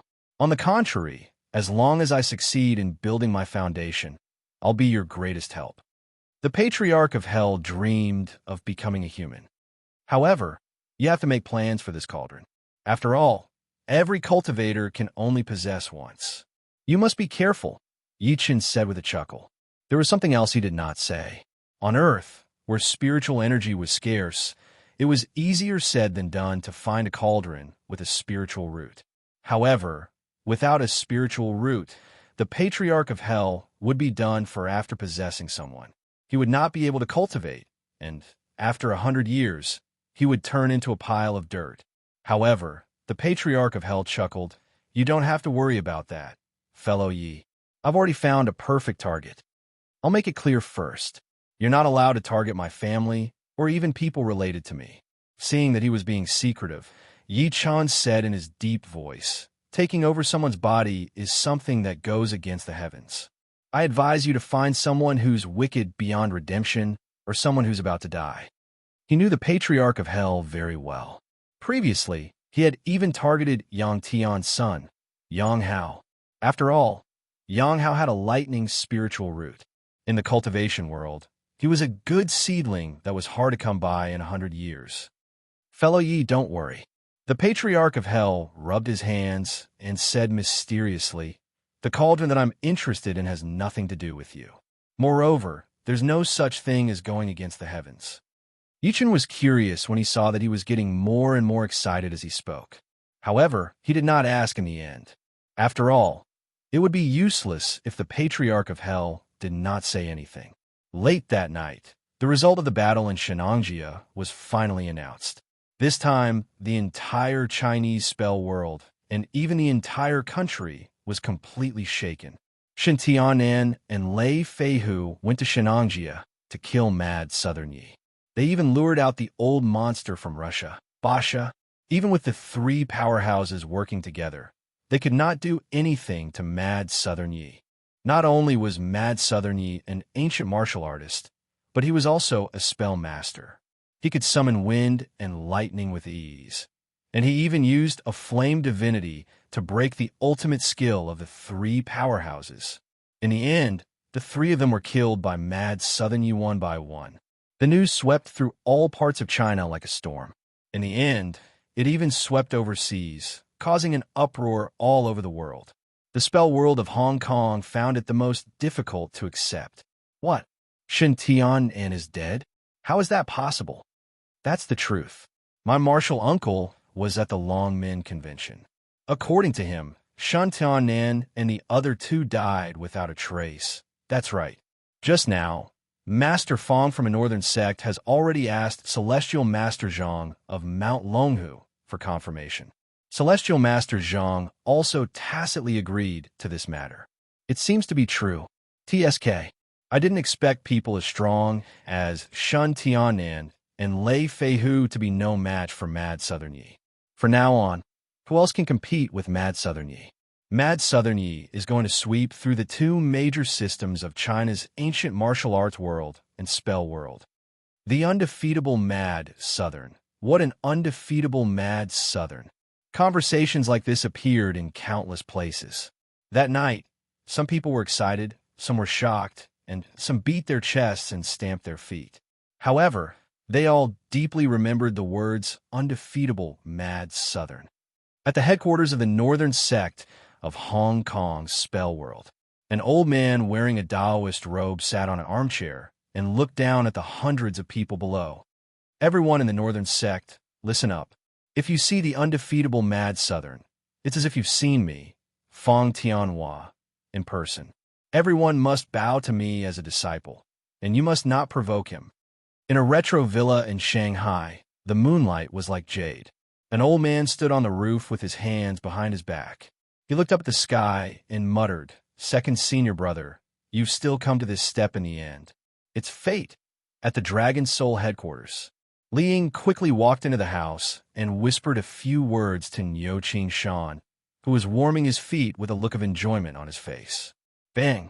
A foot basin immediately flew 100 meters away and heavily smashed onto the ground, producing an extremely ear-piercing sound. It woke up the members of the Dragon Soul who had already fallen asleep. They thought that it was an enemy attack. Good, what an undefeatable Mad Southern.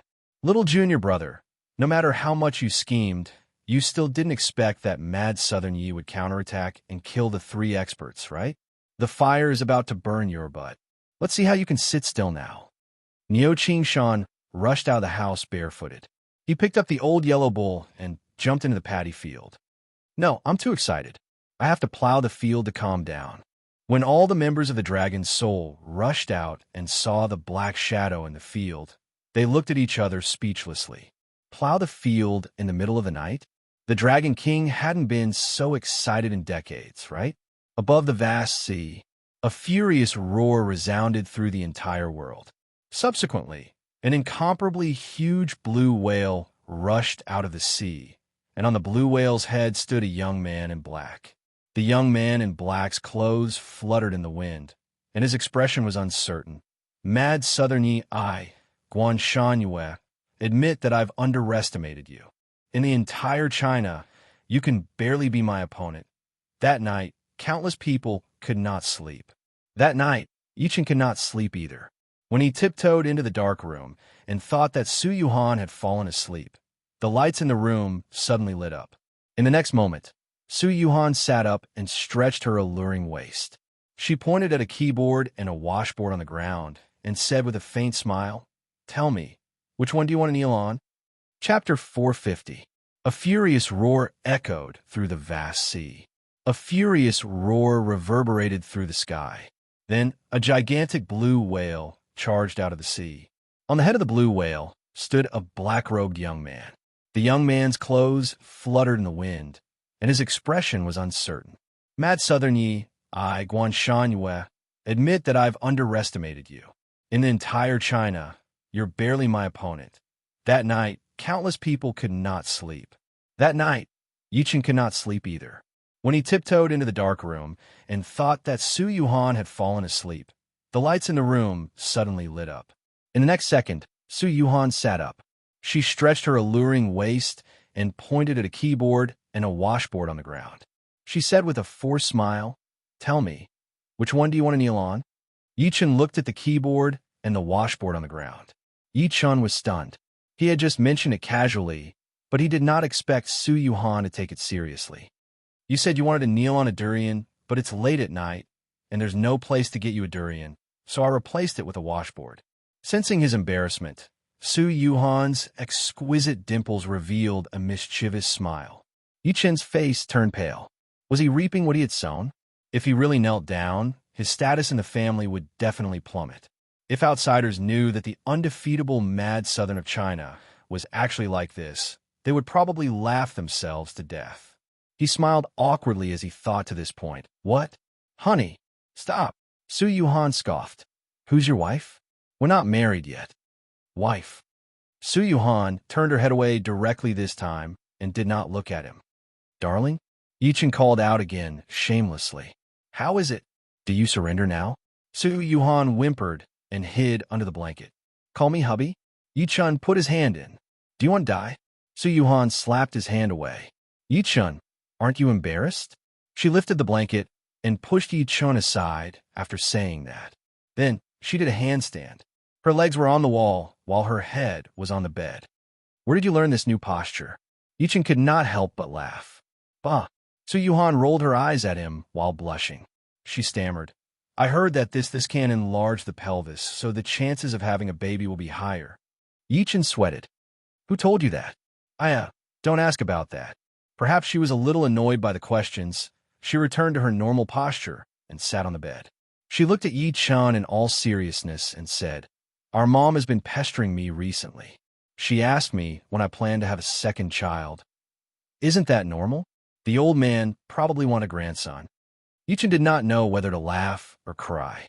Su Yuhan was furious. "How is it normal? You don't know how scary our mom is. She asks me every other day. You don't know the way she looks at me. One moment, she suspects that there's something wrong with my body, and the next moment, she suspects that there's something wrong with you." At this point, she was a little mad. The most outrageous thing is that she bought a lot of Chinese medicine prescriptions from somewhere and made me drink them without any explanation. She even said that Old Song's daughter-in-law next door took this medicine and got pregnant.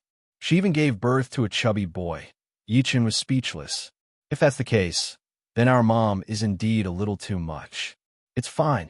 I'll find a chance to talk to her later. Forget it. Our mom has good intentions. If you tell her, she'll think that I'm telling on you." Su Yuhan shook her head immediately and said, "I gave all the Chinese medicine that Mom made to the patriarch. Anyway, I don't dare to taste a single drop." Yichen was speechless. While he was in a daze, Su Yuhan did a handstand again. Her long legs were straight against the wall. "Yichen, we've been reunited for a while, haven't we? We've done that kind of thing a lot, but why hasn't there been any movement? Could it be that there's really something wrong with our bodies? By the way, don't smoke. Put out the cigarette for me." She began to let her imagination run wild. If all the employees in her company saw this, they would probably be so shocked that their jaws would drop to the ground. "Ha, woman," Yichen said in between tears and laughter, "don't worry. There's nothing wrong with you and me. The reason why there's nothing is probably because we don't have the luck for now. will naturally have it when the luck comes. He was already on foundation building now, so it would be even more difficult for him to get Su Yuhan pregnant. That was why it was said that there would definitely be 5 drawbacks and 3 drawbacks in a cultivator's life. Moreover, he felt that having Ming Ming alone was pretty good. The little girl was smart and sensible. She was her father's sweet little jacket. Oh yeah, I have something to discuss with you. At that moment, Su Yuhan seemed to have thought of something and sat down again. It'll be Ming Ming's 5th birthday on the 8th of next month. How do you plan to celebrate it for her?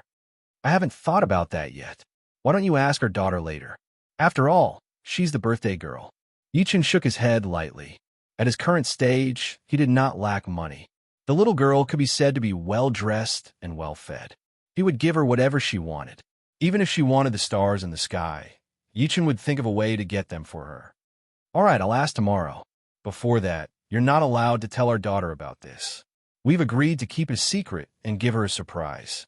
Su Yuhan nodded and said, go to sleep. I have an appointment with someone tomorrow.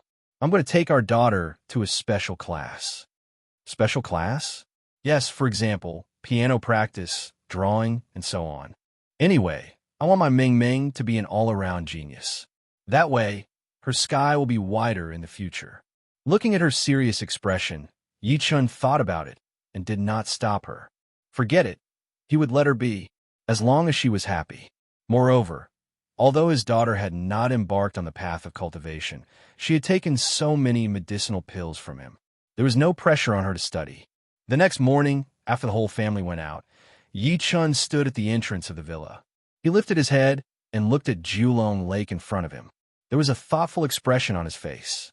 Now that I've broken through to foundation building, I can use Julong Lake to set up a formation. Although this place isn't rich in spiritual energy, it's still better than other places. If I find some herbs to plant in the lake and use the formation, the spiritual energy here will definitely increase greatly. By then, even if my parents don't cultivate, there won't be any problems with their bodies under the nourishment of spiritual energy. On the contrary, it won't be a problem for them to live for more than 100 years. Moreover, although the Lei clan's 13 gangsters have been dealt with by the Patriarch of Hell and the rest, there's no guarantee that there won't be people who will target my family in the future. Therefore, this formation has to have a protective function. Yichen secretly made up his mind. Now, he was no longer afraid of anyone. He was mainly worried that the other party would threaten him with his family. Therefore, he had to take all kinds of measures. After all, he could not stay by his parents, wife, and daughter's side all the time. End of this chapter. Chapter 451. Just as he was thinking about it, Lin Tai and Yang Tian walked over quickly. Lin Tai passed a storage ring to Yi Chun and said, My lord, I've gotten most of the materials that you asked for. However, I'm still lacking the wind thunder bamboo that you mentioned. Just when Yi Chun was about to speak, he heard him say, However, we met someone when we were shopping. He said that he has it and that he's willing to give it to you. He only wants to meet you. The wind thunder bamboo was a type of water spirit plant with the ability to gather energy. Yichen planned to plant it in Jiulong Lake. It was the most suitable to provide spiritual energy for Jiulong Lake. He wants to meet me? Yichen was surprised. Who is it? He claims that his surname is Yuan and said that he's met you a few times in Shenangjia. Lin Tai said truthfully. Surname Yuan? Could it be him? Yichen came to a realization and said, Let him come. Half an hour later, an old man in a Chinese tunic suit walked into the Yi family villa quickly. Subsequently, he clasped his fist at Yi Chun, who was standing by the lake, and said, Yuan Chitai greets Senior Yi. Where's the wind thunder bamboo? Yi Chun turned around and looked at him. Yuan Chitai did not hesitate. He immediately took out something that looked like a bamboo shoot root from his pouch and offered it with both hands. I wonder if Senior Yi is talking about this? Yi Chun extended his hand and grabbed it. The item flew into his hand. A few seconds later, he could not help but nod and say, That's right, that's what I want. Where did you get it? He was really curious. Although the wind thunder bamboo was not considered rare in the cultivation world, it was still relatively difficult to find on Earth. I found this in Kunlun in my early years. At that time, I only treated it as an ordinary edible bamboo shoot. In the end, I realized that this bamboo is invincible to swords and water and fire. Yuan Shitai said truthfully. Ever since the Longmen Convention, he no longer dared to take advantage of his seniority in front of Yichun. After all, this was the person who killed Shen Tianan. Kunlun again. A strange gleam flashed through Yi Chen's eyes. After putting the wind thunder bamboo away, he changed the topic. Tell me, why do you want to see me? Yuan Shitai hesitated, but in the end he still couldn't help but ask. May I ask Senior Yi, did you find a tomb in the Shenangjia sky pit? He had been holding back this question for a long time. Previously, the four great tomb-raiding sects of Banshan, Luojin, Xialing, and Feiqiu had gone to Shenangjia because they were after the tombs in the sinkhole. In the end, Yichun came out of the sinkhole using fire. It was hard for them not to suspect that Yichun had benefited from the sinkhole. No, Yichun shook his head lightly. He wasn't lying. After all, the bottom of the sinkhole was at most a place for a person to pass away. It couldn't be considered a tomb at all. Yuan Shitai couldn't help but reveal a wisp of disappointment when he heard this. And he said once more, I believe Senior Yi. I've come this time mainly to ask Senior Yi for a favor. Yichun said nothing. Yuan Shitai sighed softly in his heart and said, This is what happened. Our Banshan lineage discovered a ghost ship on the Wu River in the early years. At that time, the previous Banshan chief and the other three lineages went to investigate, but they never returned. After that, we investigated and found out that the ghost ship had appeared 5 times in a row in the past 100 years. It would appear once every 20 years. So you want me to go to the ghost ship? Yi Chun frowned. Bang! Yuan Shitai suddenly knelt before Yi Chun and begged, Senior Yi, the previous Banshan chief was my master. This matter has always been a knot in the hearts of our 4 lineages. I know that you might have already stepped into origin energy, so I'm begging you to help us once. At this point, he promised, don't worry. As long as you're willing to help, from now on, our 4 tomb-raiding lineages will respect you. What's the use of me respecting you guys? Yi Chen turned around with his back facing him. Go back. Yuan Chitai's expression changed. Just as he was about to say something, Lin Tai walked over. Please. In the end, he could only sigh and leave in disappointment. After he left, Yi Chen took out the materials that Lin Tai had gathered and started refining the formation. At the same time, in a private villa in Lin City, a few old men were sitting opposite each other. However, they looked impatient. When Yuan Shitai returned expressionlessly, one of the old men stepped forward and asked, Old Yuan, how was it? Did Senior Yi agree? Yuan Shitai forced a smile. How could that be? Didn't you tell him that as long as he's willing to agree, our 4 tomb-raiding lineages are willing to respect him? Another old woman was in disbelief. Senior Yi said that he doesn't need our submission. Yuan Shitai took a deep breath in and shook his head. The old woman's face turned grim. What do we do now? Previously, we wanted to work with Shen Tianan, but now that he's dead, only Mad Southern Yi has this ability in the entire China, but this Mad Southern Yi really doesn't know how to appreciate favors. Is he looking down on us, 4 tomb-raiding lineages? If the previous leader of the 4 lineages was still alive, how could he be so arrogant in China? A man in a bamboo hat smirked coldly.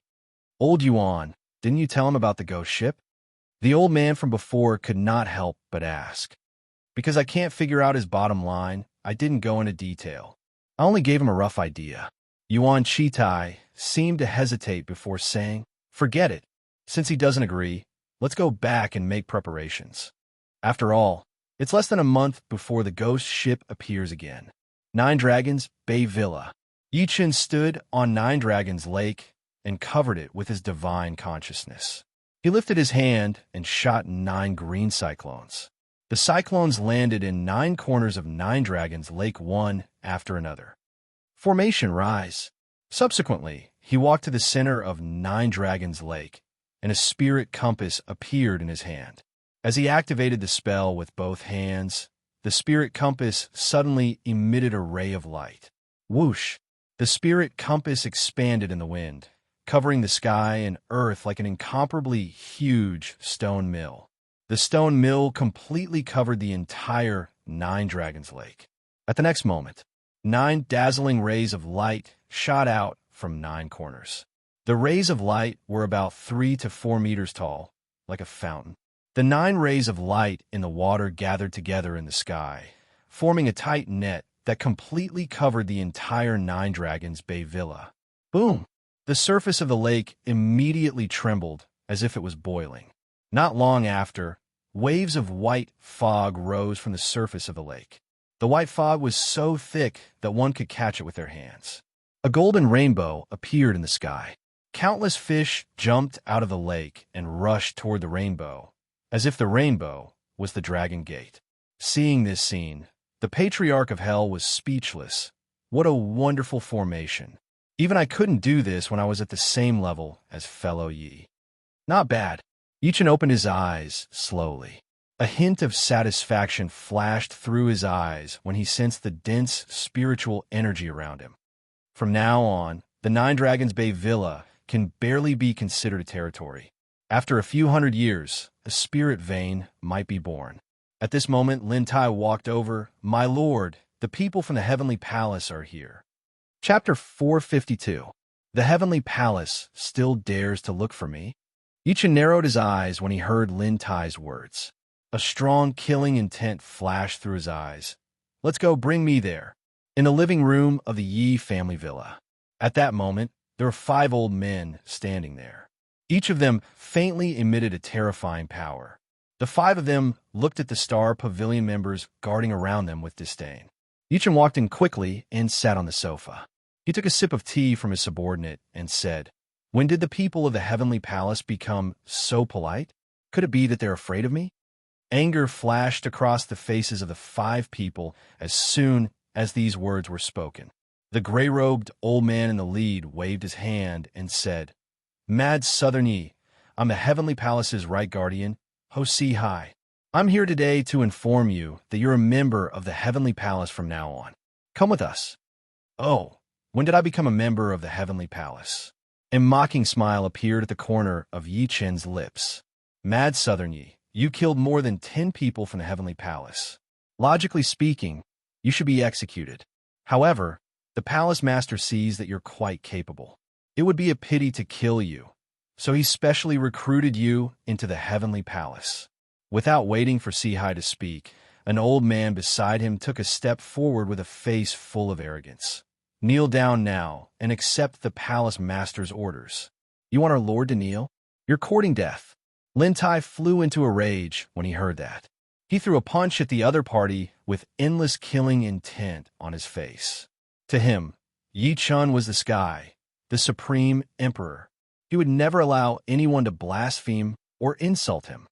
Let him continue. Yi Chun waved his hand to neutralize his attack. However, the mocking smile at the corner of his lips grew. Another old man shouted, "Mad Southern Yi, you have to know that the Heavenly Palace has never recruited anyone from the outside for decades. The fact that you're valued by the Palace Master is because you've cultivated for several lifetimes. I wonder what position the Heavenly Palace is willing to give me." Yi Chen stretched and said in disdain, "If you want me to be the Palace Master, I might consider it." "Bastard." The few of them were furious when they heard that. The old man from before shouted, "Mad Southern Yi, don't think that you can look down on the Heavenly Palace just because you killed Shen Tianan and Lei Feihu. To be honest, the Heavenly Palace's power is beyond your imagination. This old man will now give you a minute to consider. Don't refuse a toast only to be forced to drink a forfeit." Ho Si Hai, who had not spoken until now, said in a deep voice, "There's no need to think about it." Yi Chen finished the cup in one gulp and grinned all of a sudden. "Heavenly Palace? What the hell was that?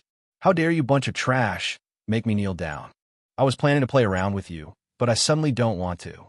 His eyes were filled with a bloodthirsty look. "I only want to kill now." As soon as he finished speaking, Yi Chen's figure flashed, and he dashed toward the 5 people from the Heavenly Palace. He threw a punch at the old man closest to him. "Not good, retreat quickly. Mad Southern Yi, how dare you?"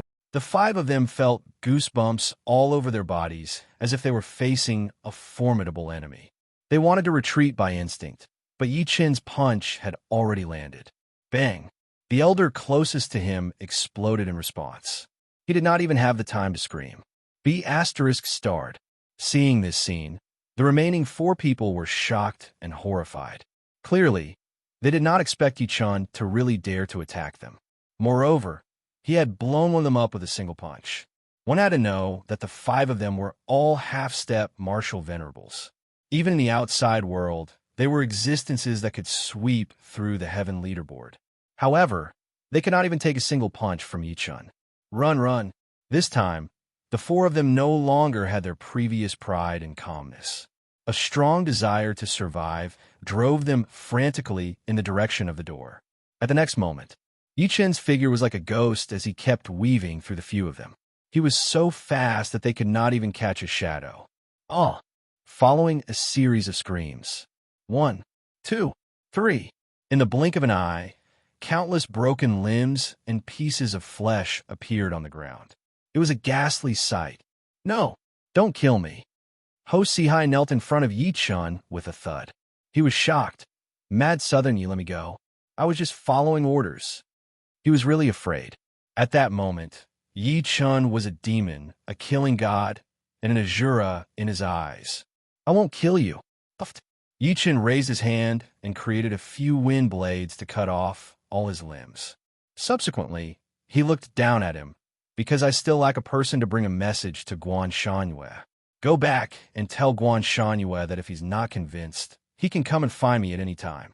I, Yi Chen, will accompany him at any time. You'd better not stir up trouble behind my back. Otherwise, don't blame me for charging into your nest with my sword and chopping off his head. Bang! After saying that, Yi Chen kicked the other party out and sat back on the sofa. He said without lifting his head, "Throw him out and clean up the scene. My family doesn't like blood." Yes, Lin Tai hurriedly did as he was told. At the Heavenly Palace's headquarters, Guan Shanyue sat on the armchair and looked down at Ho Sihai, who was lying on the ground with his limbs severed. His expression was terrifyingly gloomy. No one has ever dared to reject me, Guan Shanyue. Mad Southern Yi, you're courting death. Palace Master, kill him. You must kill him to avenge me. Ho Sihai lay on the ground and wriggled crazily. His eyes were filled with resentment. Trash! Guan Shanyue raised his hand and waved. The surrounding space suddenly squeezed toward Ho Sihai. Following an incomparably shrill scream, a pool of blood appeared on the ground. In a few more days, I'll be able to recover from my injuries. Guan Shanyue did not even look at the blood on the ground. He turned to look at a map on the wall and muttered, Mad Southern Yi, I've already prepared a big gift for you. You'll never guess what it is.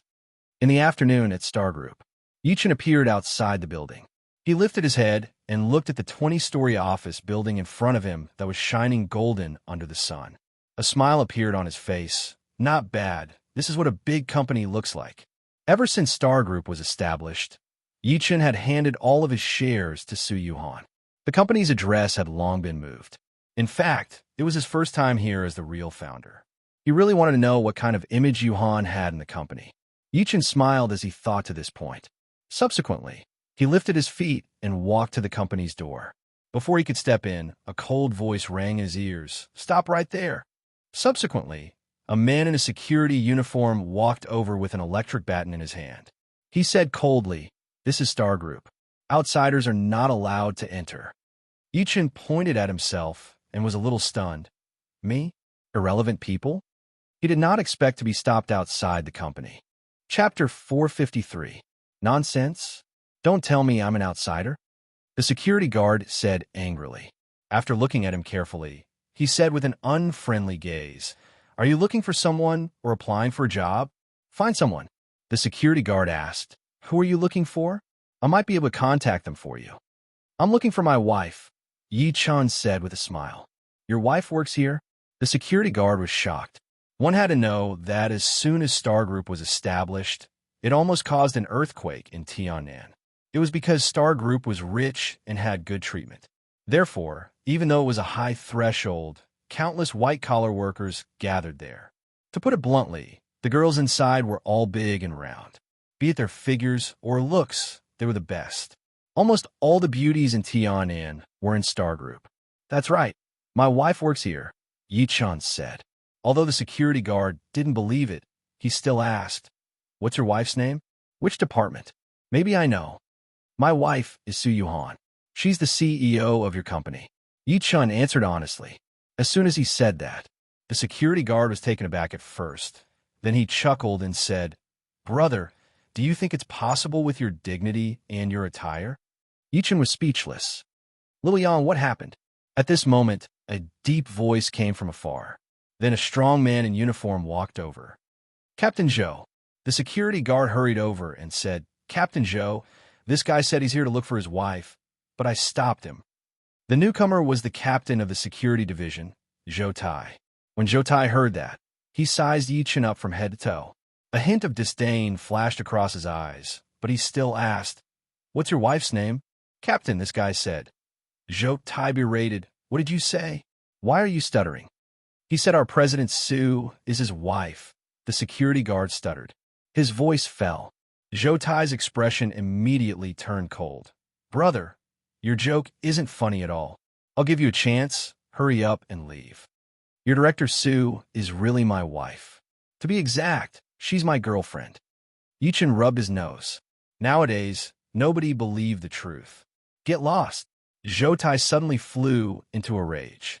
He pointed at Yi-chan's nose and scolded, "Don't think that I don't know what you're planning. There are hundreds of people loitering at our company's entrance every day for people like you. Little Yang, chase him away." He waved his hand at the end of his sentence. If Yi-chan had said that General Manager Yi-wen was his wife, or any other department manager was his wife, Zhou Tai would not have been so angry. This was because he, Zhou Tai, regarded CEO Su Yuhan as his goddess. How could he tolerate outsiders blaspheming his goddess? Xiao Yang pushed Yi-chan away. "Brother, let's go. Stop pretending. You won't be able to enter this door today. Don't make me do it." At this moment, a cold voice sounded. "What are you doing?" Everyone looked up and saw a woman in a beige office lady uniform and crystal high-heeled shoes walking over quickly. As soon as he saw her, Yang and Zhou Tai's expressions immediately changed. It was because the other party was General Manager Yi-wen. Her status in the entire Star Group was second only to CEO Su Yuhan. The most frightening thing was not her identity, but her methods. Yi-wen was known as the maker of eunuchs.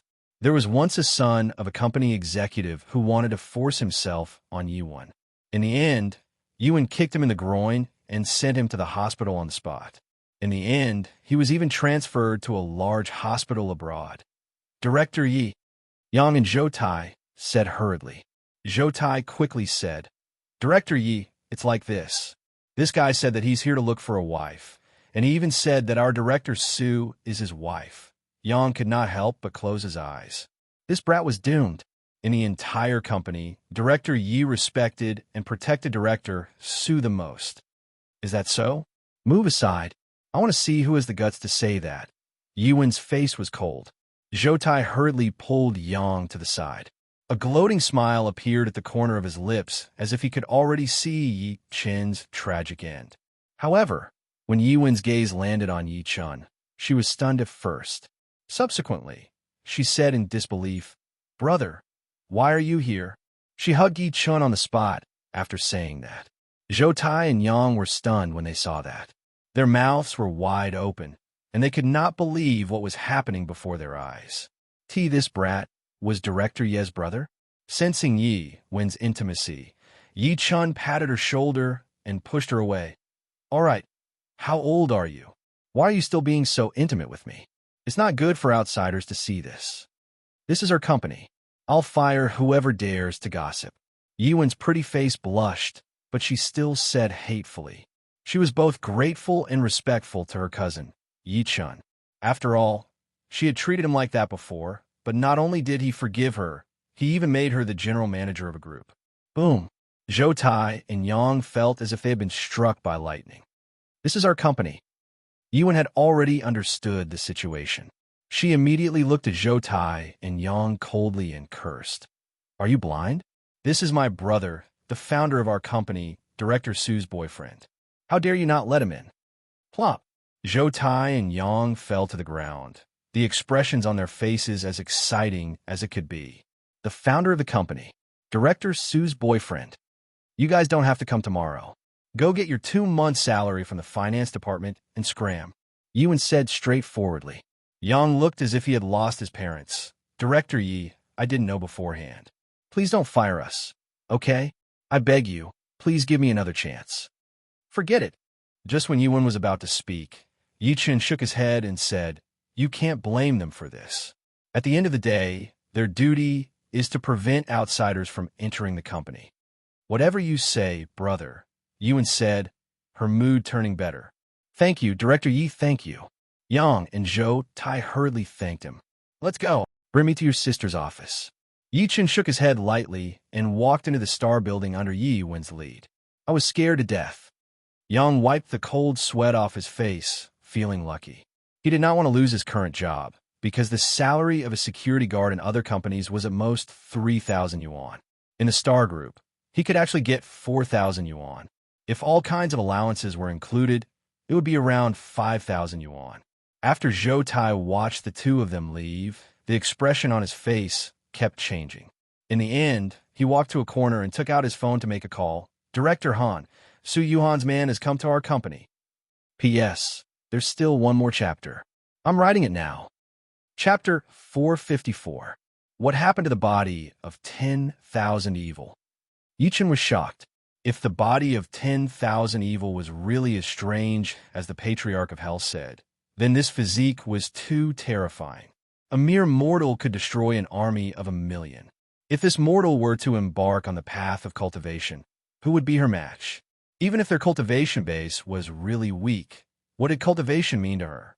Any cultivator who wanted to deal with her would die from chi deviation. Dead. Faced with a question, the Patriarch of Hell shook his head slightly and said, After the body of 10,000 evil destroyed the army of 1,000,000, it aroused the fear of the cultivation world. At that time, many powerhouses planned to attack her, but she died herself. Dead? Yi Chen frowned slightly. That's right, she died. The Patriarch of Hell nodded and said, Such a heaven-defying person will definitely not exist in this world for long. She is not tolerated by the heavenly Tao. Even if the world feels guilty because of her, there is a limit. Therefore, after destroying the army of 1,000,000, she died on the spot. Yi Chen secretly nodded. He looked in the direction of the room by instinct and asked, So, do you think Qian has the legendary body of 10,000 evil? I'm not very sure either. The Patriarch of Hell shook his head and said, Logically speaking, such a physique is very rare, and it won't appear on Earth where spiritual energy is scarce. If she doesn't have the body of 10,000 evil, then there's only one explanation left. At this point, he could not help but laugh. Unless she's the illegitimate child of the heavenly Tao and is blessed by the heavens, even the heavens are helping her unknowingly. Forget it. Don't provoke her for now. I'll send her away when we find her family. Yi Chen shook his head lightly. After all, Qian had just arrived home. If he were to send her away in the blink of an eye, Su Yuhan and her parents would probably be unwilling. Moreover, Qian's situation was very clear. As long as she did not have any hostility towards her, she would be fine. I have something to do. Don't wait for me. With a chuckle, Patriarch Yellow Spring turned into a black shadow and drifted out of the window through the gap. As for what he was going to do, it was obvious. Yi Chen shook his head and walked into the room. Deep into the night, in a secluded alley in the West District of Forest City, a black puppy took advantage of the darkness to appear in front of a family's door. The black puppy's body shook and a mist immediately spread out from its body. After the fog dispersed, a wretched-looking young man in black clothes with 3 strands of beard on his mouth appeared. The young man coughed and knocked on the door of a house. Creak! The wooden door was opened, and a fierce-looking youth peeked out from inside. The youth was about 15 or 16 years old. When he saw the youth, he immediately smiled and said, Uncle Huang, you're looking for my mother again? Yeah, The young man seemed to be a little embarrassed with his hands behind his back. He took out a stack of cash and handed it to the teenager. Take this money and play. If it's not enough, you can ask me for more. Thank you, Uncle Huang. Uncle Huang, if only you were my father. The young man happily took the stack of money and left the house like a gust of wind. However, an imperceptible ruthlessness flashed across his eyes. The young man did not seem to notice the look in his eyes. He pushed open the door and walked in. A woman's voice came from inside. Brother Huang, you're here again? Where's Lil Tian? He went out to play. Brother Huang, don't give Lil Tian any more money, and you even gave him so much. Recently, he hasn't been home at night. It's fine. I know what I'm doing. Brother Huang, why are you so good to Lil Tian? At the same time, the young man from before took the stack of money and directly entered a bar. Immediately, a young man dressed like a student walked over. Xiao Tian, why are you only here now? Didn't I just get the money? Let's go. I think they're waiting anxiously. The young man took out the stack of money as if he was showing off, put his arm around the other party's shoulder, and walked into the bar. Not long after, they sat in a private room. At that moment, there were already 3 or 4 young men and women sitting in the private room, and there was a lot of tea and red wine on the table. Everyone, Xiao Tian, will treat you today. Don't stand on ceremony. The young man waved the stack of money in his hand again and called over a waiter. Get a few princesses for my brothers. I want beautiful ones. The waiter received a tip of a few hundred yuan and happily arranged for a few princesses to come in.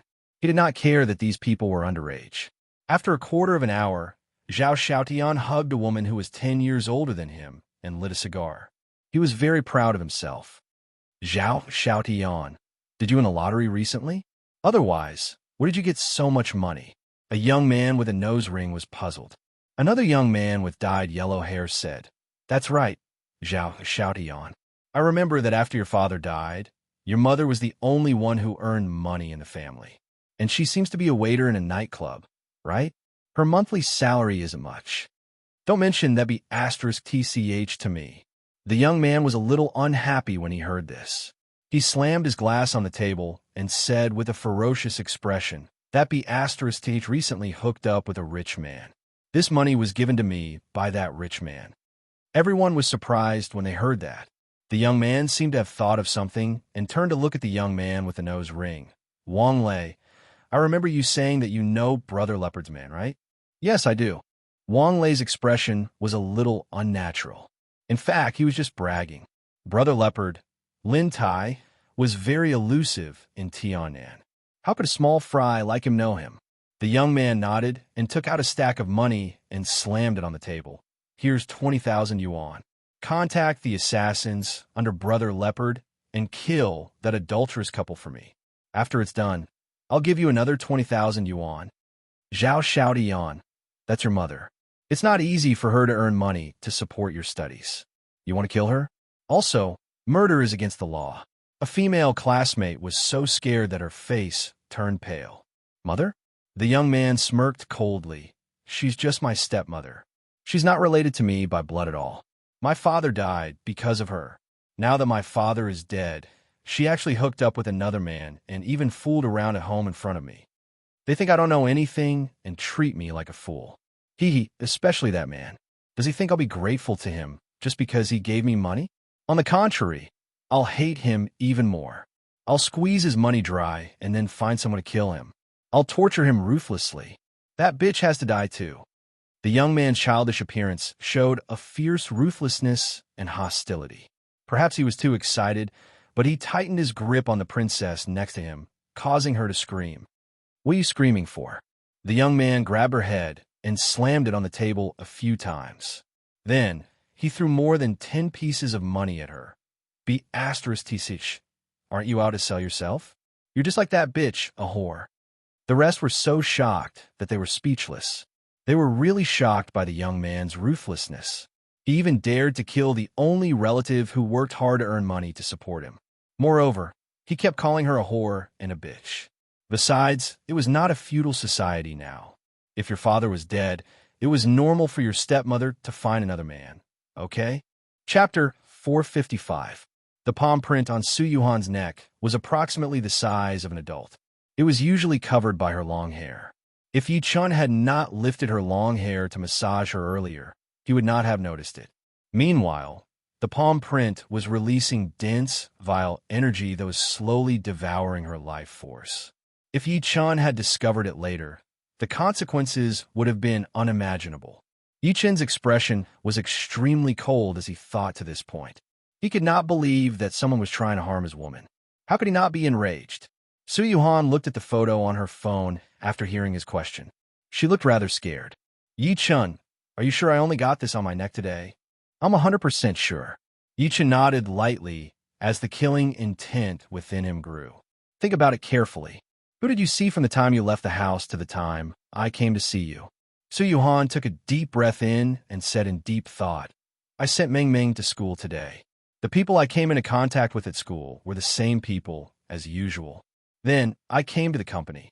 There doesn't seem to be anything special. Yi Chun frowned slightly upon hearing that. Oh yeah. At this moment, she seemed to have thought of something and said, on my way to the company, I met an old man who had a heart attack. At that time, he was lying on the side of the road alone and looked like he was about to die. So, I sent him to the hospital. Which hospital? Let's go, bring me there now. A ferocious gleam exploded in Yi Chun's eyes. At the entrance of the first affiliated hospital of Tian'an University. After getting out of the car, Yi Chun led Su Yuhan in quickly. At the moment, there were not many people in the hospital. The staff of the registration department was watching videos on their phones. Su Yuhan knocked on the glass window and said, Doctor, please check the records of an old man who was sent to the emergency room at 9:30 a.m. this morning. Are you guys his family? The person asked without even lifting his head. No, but Su Yuhan was interrupted before she was done speaking. Since you're not, you have no right to know about the patient's privacy. She could not help but look at Yi Chun. She left after sending the old man to the hospital in the morning. After all, there was an important board meeting in the company, so she had no idea how the old man was doing. Yi Chun frowned slightly and covered the entire hospital building with his divine consciousness. He wanted to look for this person based on Su Yuhan's hint, but to his surprise, he saw both of them. It was Old Master Gu and Gu Yingying. Let's go. Yi Chun held Su Yuhan's hand and went to the 5th floor. They walked to Old Master Gu's room. The two of them were chatting with a patient at that moment. They walked out immediately when they noticed Yi Chun. Mr. Yi, why are you here? Old Master, let's cut the crap. Help me investigate someone. Yi Chun told him everything that happened to Su Yuhan with a grim expression. All right, I'll check it for you right away. Old Man Gu didn't dare to hesitate. He immediately found the director of the hospital and personally gave the order. At this time, the importance of power and status was reflected. The so-called privacy was discovered in less than 10 minutes. Mr. Yi, he's already dead. The director of the hospital was a bald man in a white coat. His surname was Liu, and he smiled apologetically. Yi Chun frowned. Dead. That's right, he's indeed dead. Moreover, his family is still clamoring for compensation in our hospital. They feel that our hospital has no regard for human life. Director Liu said, not knowing whether to laugh or cry. The few of them talked as they walked. When they passed by a corridor, they heard sounds of argument coming from an office. Quack, my father was fine earlier. How did he suddenly have a heart attack? You must give us an explanation today. Otherwise, I won't let you off. Mr. Xiao, don't be agitated. Your father died before he was sent to our hospital.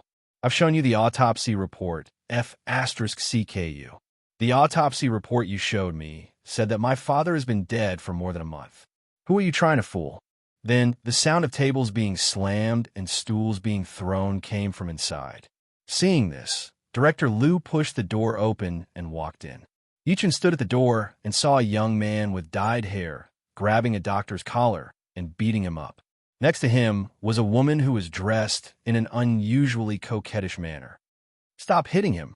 As the security guards intervened, the two of them were separated. The young man smirked coldly. What? Is your hospital trying to bully me with your numbers? Do you believe that I can get 50 people to come over and smash your lousy hospital with just a phone call? Mr. Xiao, your father has indeed been dead for more than a month. The autopsy report we gave you is not fake. If you don't believe me, I suggest you call the police. Dean Liu said in a kind tone. Just as the young man was about to speak, Yi Chun, who was at the door, suddenly said, "Show me the autopsy report." Director Liu immediately handed it to him. Yi Chun took it and scanned through it quickly. He lifted his head to look at Director Liu and said, "You mean that this old man named Xiao Fusho has actually been dead for more than a month? And he didn't die of a heart attack?" Yes. Director Liu nodded hurriedly. "Impossible," Su Yuhan and the young man said in unison. "When I sent the old man to the hospital this morning, not only could he move, but his eyes were also open and he could even speak. How could he have been dead for more than a month?"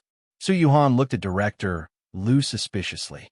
The hospital's proof made her feel like her decades of education had been insulted. "You're the one who sent my father to the hospital?" The young man looked at her and suddenly reached out to grab her. "My father's death must have something to do with you. If you hadn't sent him to the hospital, my father might not have died. Pay up. You must pay up. Get lost." Yi Chun slapped him and sent him flying. He lifted his eyes and said to Director Liu, "Where's the body? Take me to see it." "It's in the mortuary." "In the mortuary on the 4th floor of Building B of the hospital." The air was cold. Yi Chun's expression turned uglier as he looked at the freezer drawers that had been pulled out and the air was filled with cold air. "Where's the body?" Director Liu could not help but look at a skinny old man behind him. The skinny old man's face turned pale, and he said with a face full of fear, "It was clearly here, and I remember that it was only put in less than an hour ago. How did it disappear? You must have wanted to destroy the body." The young man from before hurriedly said. Old Master Gu was also furious. Check all the surveillance cameras." Half an hour later, the hospital pulled up all the surveillance cameras. Even the surveillance cameras of the street in front of the hospital did not find any traces of a body entering or leaving. In other words, a body had disappeared just like that. Director Liu and the others were scared to death. Old Master Gu took a deep breath in. "Mr. Yi, do you want me to contact Lin City's Traffic Control Bureau to pull up the surveillance cameras of the entire city and investigate the entire city?" "Forget it. There's no need to investigate." Yi Chun held Su Yuhan's hand and left after saying that. Chapter 456. P.S. The original Chapter 448 has been censored. The current Chapter 448 is actually Chapter 449. Everyone go back and take a look. This way, the plot will not be broken. Thank you. After leaving the hospital, Yi Chun took out his phone directly and dialed Lin Tai's number. Get a person called Xiao Kai under control. He's at the first affiliated hospital of Tianjin University. Xiao Kai was the deceased son. He was also the young man who wanted to extort money from Su Yuan. All right. Although it was through the phone, Lin Tai could sense the killing intent and coldness in Yi Chun's voice. He jolted and agreed immediately.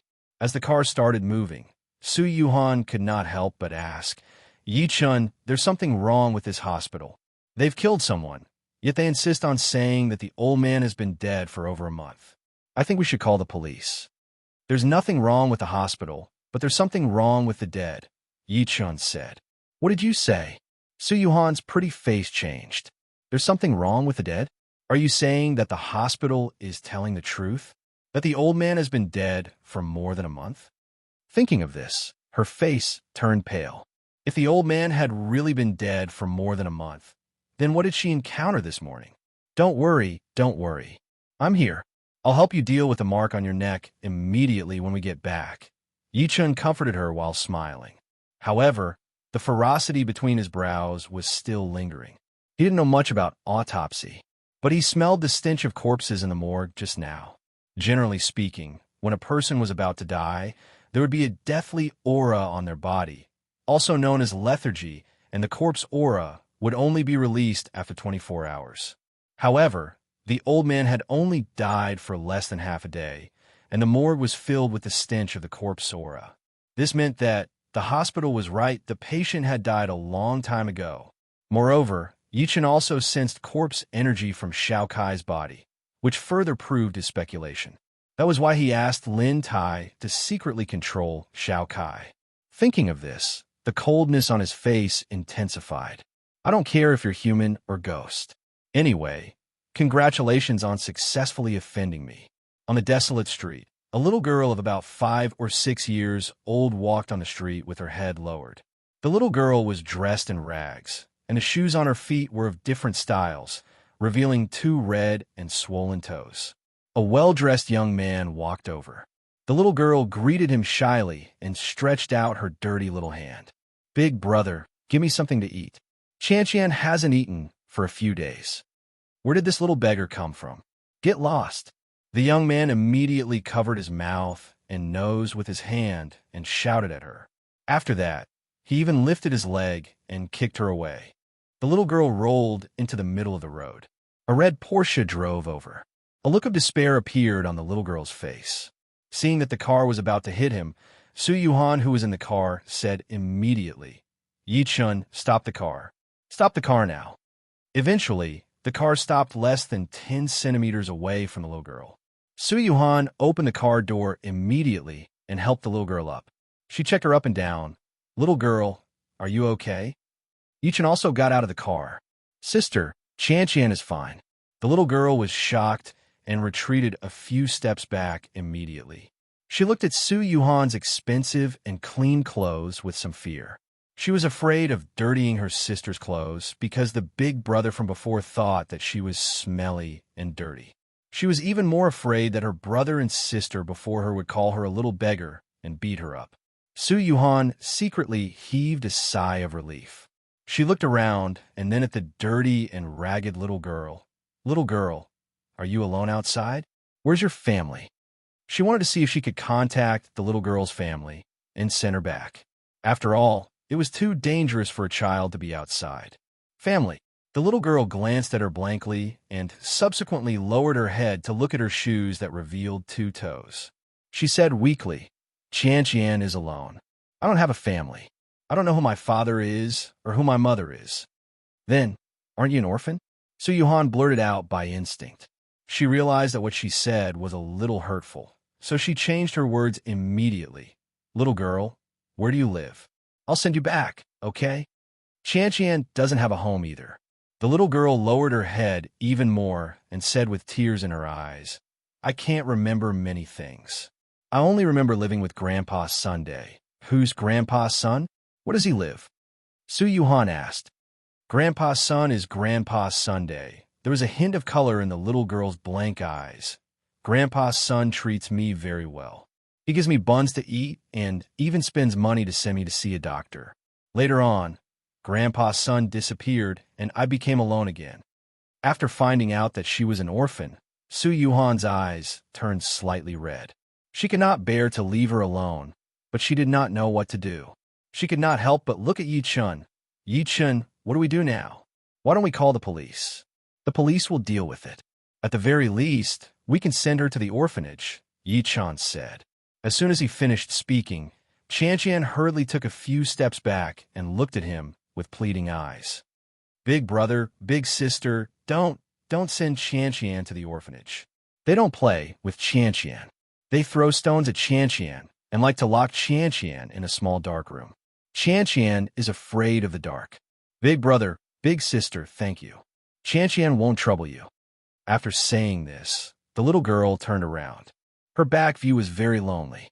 She was about to leave. Su Yuhan asked immediately, "Chan, where are you going?" Chan doesn't know either. Su Yuhan tugged at the corner of Yi-chun's shirt. "Yi-chun, why don't we adopt Chan? She's too pitiful. We'll send her back after we find her parents." At this point, she could no longer hold back her tears. As she was also a mother, she saw Mingming's shadow in Chan. When she saw Chan's lonely appearance, her heart ached as if it was struggling. She could not help but think that her daughter, Ming, was also a second Chan when she and Yi-chun were not around. Yi-chun nodded and said with a smile, "You decide." Su Yuhan cried tears of joy when she heard that. She hurriedly chased after the little girl and stopped her. "Chan, are you willing to go back to my house with me?" "Sister, will I be able to eat if I go home with you?" The little girl's face was filled with hope and fear. "Sister, will you hit Chan? Will you sell Chan to someone else?" Chan seems to remember that there was an aunt who wanted to sell Chan after losing a game of cards. At this point, she was a little confused. I don't think it was an aunt. It was an uncle. When he was drunk, he burned Qian with a cigarette, but it hurt so much. No, I promise I won't. Su Yuhan's nose turned sour. She hugged her and said with tears in her eyes, as if she was swearing, I promise I'll treat you like my own daughter until I find your parents. Really? The little girl's blank eyes were filled with vigor. Sister, don't worry. Qian is very obedient. I can sweep the floor, wash the clothes, and cook. Moreover, I don't eat much. Just give me a bun. Let's go. I'll bring you back. Su Yuhan carried her and returned to the car. Just when Yi Chun was about to drive away, he suddenly heard the sound of a car brake coming from afar. Subsequently, he heard someone scream. Someone's dead. P.S. There's still one more chapter. Chapter 457. Someone's dead. Someone's dead. As the scream faded, countless passers-by gathered around. They saw a badly mutilated corpse under the wheels of a heavy truck. The corpse was still wearing a famous brand on its body. He rushed over himself. I didn't do it on purpose. The driver of the heavy truck was an honest man, but he fell to the ground at that moment. He was so scared that he was incoherent. He had always been very conscious of safety. It was a green light just now, but a young man rushed in front of him like a madman, resulting in this situation. It's that big brother. Qian recognized him at a glance and subconsciously shrunk into Su Yuhan's embrace. I killed Big Brother. Qian, don't talk nonsense. That Big Brother's death has nothing to do with you. Su Yuhan thought that she was scared, so she hurriedly carried her and turned away from the scene of the accident. No. Qian shook her head and said, Sister, let me go. Qian is a jinx. She will kill people. In the past, there was an aunt who wanted to sell Qian after losing at cards. In the end, she was struck by lightning. And that uncle, he was drunk and burned me with a cigarette butt. The cigarette butt ignited the bed sheets, and he was burned to death too. And Grandpa's son doted on me, but he's gone too. Silly child, the aunt and uncle you're talking about did all kinds of bad things, so they got what they deserved. The more she struggled, the more Su Yuhan's heart ached. Your grandpa's son should be fine. Go back with me first. I'll help you find Grandpa's Sunday, Yi Chun Drive. The car did not move for a long time. She could not help but lift her head to look at Yi Chun. However, she saw that Yi Chun's gaze was fixed on the scene of the accident. She could not help but ask, What's wrong? Nothing. Yi Chun took a good look at Qian. Then, he started the car and rushed home. When the car arrived at the entrance of the villa, Su Yuhan carried Qian down and said with a smile, Qian, let's go in with me. Sister, is this your home? Qian looked at the villa in front of her timidly, looking a little reserved and unfamiliar. Sister, will I dirty your home if I go in? After saying this, she lowered her head and looked at her dirty little hands, as well as the pair of torn and tattered shoes. How could that be? I won't despise you. Su Yuhan shook her head, not knowing whether to laugh or to cry. She took the initiative to hold her little hand and walked in. She said as they walked, I'll shower you first and change into a clean set of clothes before eating. Yes. The little fellow nodded obediently. After Su Yuhan bathed Qian and changed her clothes, Yi Chun was slightly shocked. This was because the little fellow had changed his appearance and temperament. If he was a little beggar before, he was now a porcelain doll with exceptionally exquisite and cute facial features. Not bad. Su Yuhan circled around her a few times, satisfied. The little fellow lowered her head and looked at her clothes cautiously. Sister, did you buy these clothes for Qian? No, it's my daughter's. Su Yuhan smiled. I have a daughter called Meng. You can wear hers first. I'll buy you a new one later. Oh yeah, Qian, how old are you? Qian doesn't know. The little girl tilted her head and thought about it. Then, she shook her head and said, Qian feels like she doesn't remember many things. You don't remember? Yi Chun was surprised. Su Yuhan asked, Have you been injured or sick before? I don't know.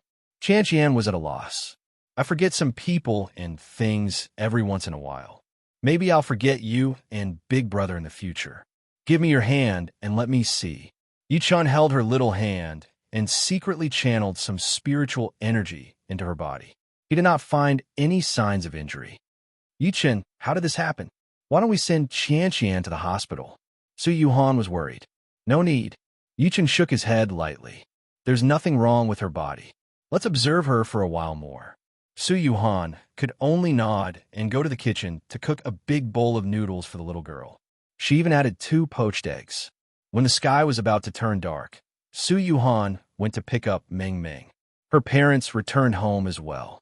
The moment they saw Qian, they were stunned. Qian stood behind Su Yuhan in fear. She poked her head out and looked at Meng Meng timidly. Her expression made one's heart ache uncontrollably. Daddy, who is she? Meng Meng widened her eyes and looked at Qian curiously. Yihai seemed to have thought of something. He looked at Su Yuhan first, and then at Yi-chun. Xiao-chun, this child is... Xiao-chun, this is your fault. Yuhan did it for you. Wu Lan's expression changed. She thought that Qian was Yi-chun's illegitimate daughter. Yi-chun knew that they had misunderstood when he saw their expressions. He then told them what happened, not knowing whether to laugh or cry. After hearing that, the 2 old men heaved a sigh of relief. Then, they looked at Qian with heartache and sympathy. Your name is Qian, right?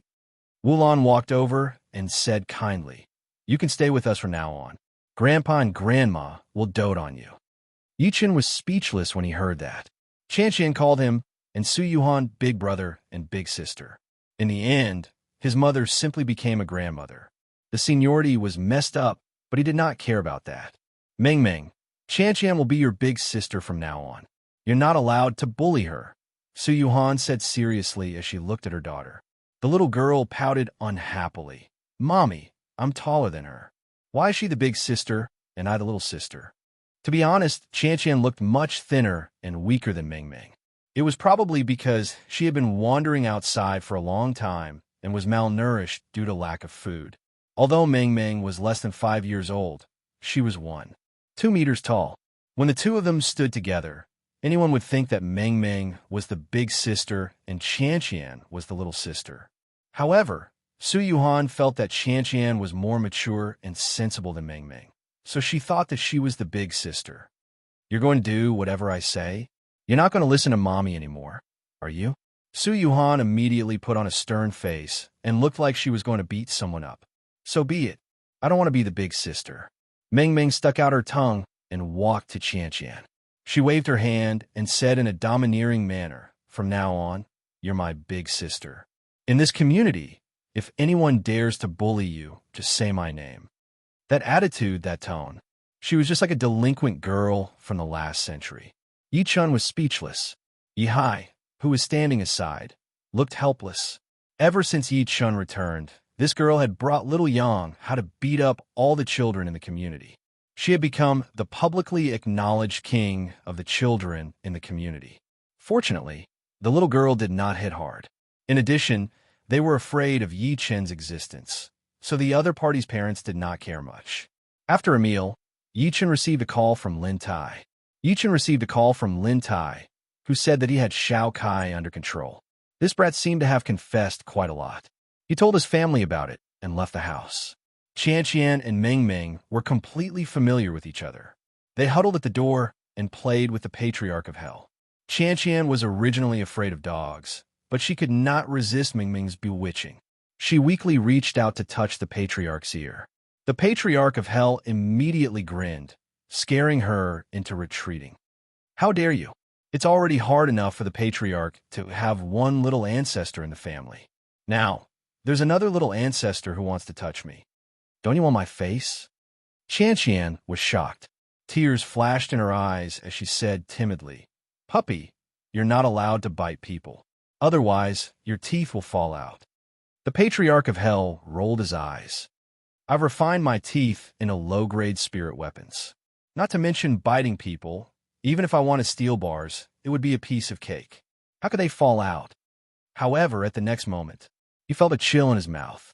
2 canine teeth fell out of his mouth. The Patriarch was stunned. P.S. Today's update for the 3rd chapter has been completed. We'll continue tomorrow. Thank you for your support. Chapter 458. Late at night, Yichen arrived at Lin Tai's villa. Lin Tai personally went to the door to welcome him. "My lord, where's that kid?" Yichen lifted his eyes and looked around. "In the basement." Lin Tai immediately led Yi Chun to the basement. As they walked, he said, "My lord, this kid is a coward. He confessed everything after suffering a little." According to Lin Tai, Shao Kai's family was in the village in the east of the city. His mother died in childbirth when she gave birth to him, and he was raised by his father, Shao Fusho. This guy had joined the underworld before finishing junior high school. He was either stealing or selling pornographic films. After a long time, he even formed a gang with a few scoundrel friends. Shao Fusho was so angry that he cut off all ties with him. Shao Kai was also happy to be free and never went home. Just a few days ago, Shao Kai suddenly received a call from his father, Shao Fusho. He said that he was about to die and was preparing to make a will, so he asked him to go back. In reality, the Shao family was poor. Shao Fusho lived on his pension every month. However, Shao Kai suspected that the old man had some savings, so he hung up the phone and went home. In the end, when Shao Kai returned home, Shao Fusho had no money to give him. In desperation, Shao Fusho said that he was about to die, so he might as well help him to the side of the road and help him earn some money while he could still move. The so-called earn some money was actually a scam. Shao Kai didn't have the slightest bit of filial piety. He agreed without thinking. Taking advantage of the early morning before dawn, he took Shao Fusho to a place on the side of the road where there was no surveillance camera. Then he patted his butt and left, thinking about how much compensation he could get. In the end, he waited for the news of Shao Fusho's death in the hospital. After hearing that, Yi Chan frowned. In other words, this Shao Kai always thought that his father died in the hospital. That's right. Lin Tai nodded with certainty. This kid thought that we were the hospital's thugs. We wanted him to stop talking nonsense, so he cried and said that he didn't want compensation. As they spoke, the two of them had already arrived at the basement. They saw Shao Kai stripped naked and hanging in the air. His body was lacerated, and he must have been tortured. As soon as he saw him, Shao Kai immediately moved his mouth as if he wanted to say something, but his mouth was blocked by the smelly sock. "Now, I'll ask you. Answer me. If you dare to hide anything, you'll end up like it." Yi Chun stomped his foot after saying that, and the ground sank into a deep pit. Seeing this scene, Shao Kai's face was filled with terror. Yi Chun flicked his finger and removed the stinky sock from his mouth. He said in a deep voice, "Let me ask you, when did your father die?" Today. Shao Kai shuddered and stammered. "To be precise, it was around 10:30 this morning. I got him to the side of the road at around 4 in the morning. He was still alive at that time." In other words, he could still talk and move before you dragged him to the side of the road to scam him, right? Yichen asked again. Yes, I dare to swear, boss. Spare my life. I don't want the money, and I promise I won't say anything." Yichen interrupted him. "Let me ask you again. Was there anything unusual about your father before this?" "Unusual?" Shao Kai was stunned. Then he shook his head and said, "I don't know. I haven't been home for 3 or 4 years." Slap. A whip landed heavily on his body, causing him to cry for his parents. Lin Tai retracted the whip and said, "Think about it again. Stop fighting. Shao Kai screamed. He seemed to have thought of something and hurriedly said, "I remember now. When I came home last night, the old man didn't turn on the lights. I turned on the lights, but he hid in the dark bedroom and talked to me. He even told me not to go in. The house also stank, like the stench of rotten meat. Also, when I got the old man into the car, I found that his body was very cold, like a popsicle." Yichen asked, and then, just as Shao Kai opened his mouth and was about to say something, his entire body suddenly trembled violently. His eyes suddenly widened, and many black, densely packed stripes appeared on his skin at a speed visible to the naked eye. Oh no! Yichen's heart sank, and he was about to go over. Bang! With a loud bang, Shao Kai's body exploded. In the blink of an eye, there was a pile of minced meat on the ground, and the air was filled with the smell of blood. Lin Tai reached out and touched the blood that had splashed on his face. His face was filled with shock. "My lord, how could this happen? How could a living person suddenly explode?" At the same time, In a natural park 3 kilometers away from the villa, 2 black figures in black robes were sitting on a large stone block in the park. The black robes covered the two of them from head to toe, revealing only a pair of sinister eyes. In front of the two of them was a pile of fire. The fire was green. One of them was sitting on the ground, holding a human leg bone in his hand and constantly knocking it on a huge skeleton in front of him. That Nadoila salad, that Nadoila. The black-robed man raised his sleeve and waved it hard at the fire. Whoosh! The ball of fire suddenly rose a little, and then it exploded. The black-robed man licked his lips and smiled sinisterly. All right, Xiao is dead now. Are you sure? Mad Southern Yi is not an ordinary person. We must make sure that nothing goes wrong. Another black-robed man said in a deep voice. You still don't believe in my strength? The black-robed man seemed to be displeased. I placed a curse on Xiao Kai in advance. Once he talks about his father, the curse will be triggered. Coupled with the fact that he's casting the curse here, he'll be killed by the corpse dismemberment descent. At this point, he could not help but smirk coldly.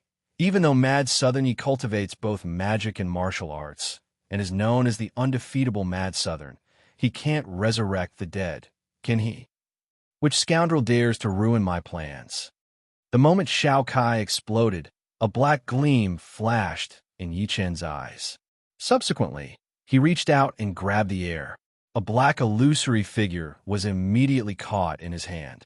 Seeing this scene, Lin Tai, who was at the side, was so shocked that he could not speak because the figure's face was identical to the dead Xiao Kai. Shockingly, it was Xiao Kai's soul. Above his soul, there were gray runes flowing like iron chains. So it's a curse. Yi Chen sized up Xiao Kai's soul as if he was peeling silk from a cocoon. He could not help but smirk coldly. Are you trying to silence me? Unfortunately, you've also successfully exposed yourselves. As soon as he finished speaking, he leaped out of the basement 10 meters in a single step. Subsequently, he leaped onto a 20-story building. Yi Chen's expression was cold. He bent his finger and sucked. In a short period of time, he extracted all the gray runes from Xiao Kai's soul. In the end, these runes condensed into countless string-like threads. He fiddled with the threads with one hand and pressed his right earlobe with the other. His divine consciousness crazily enveloped the area with him as the center, and all the air within a 5-mile radius began to riot. With the soul as the sacrifice, with the curse as the guide. Heavenly Chi, 10,000 miles wind chant. Listen to my command. P.S. Chapter 1. There are 2 more chapters. Chapter 459. Heavenly righteous energy, 10,000 miles wind howl. Listen to my command. As soon as Yi Chen said that, the wind with him as the center started to rage. It spread like the autumn wind sweeping away the fallen leaves.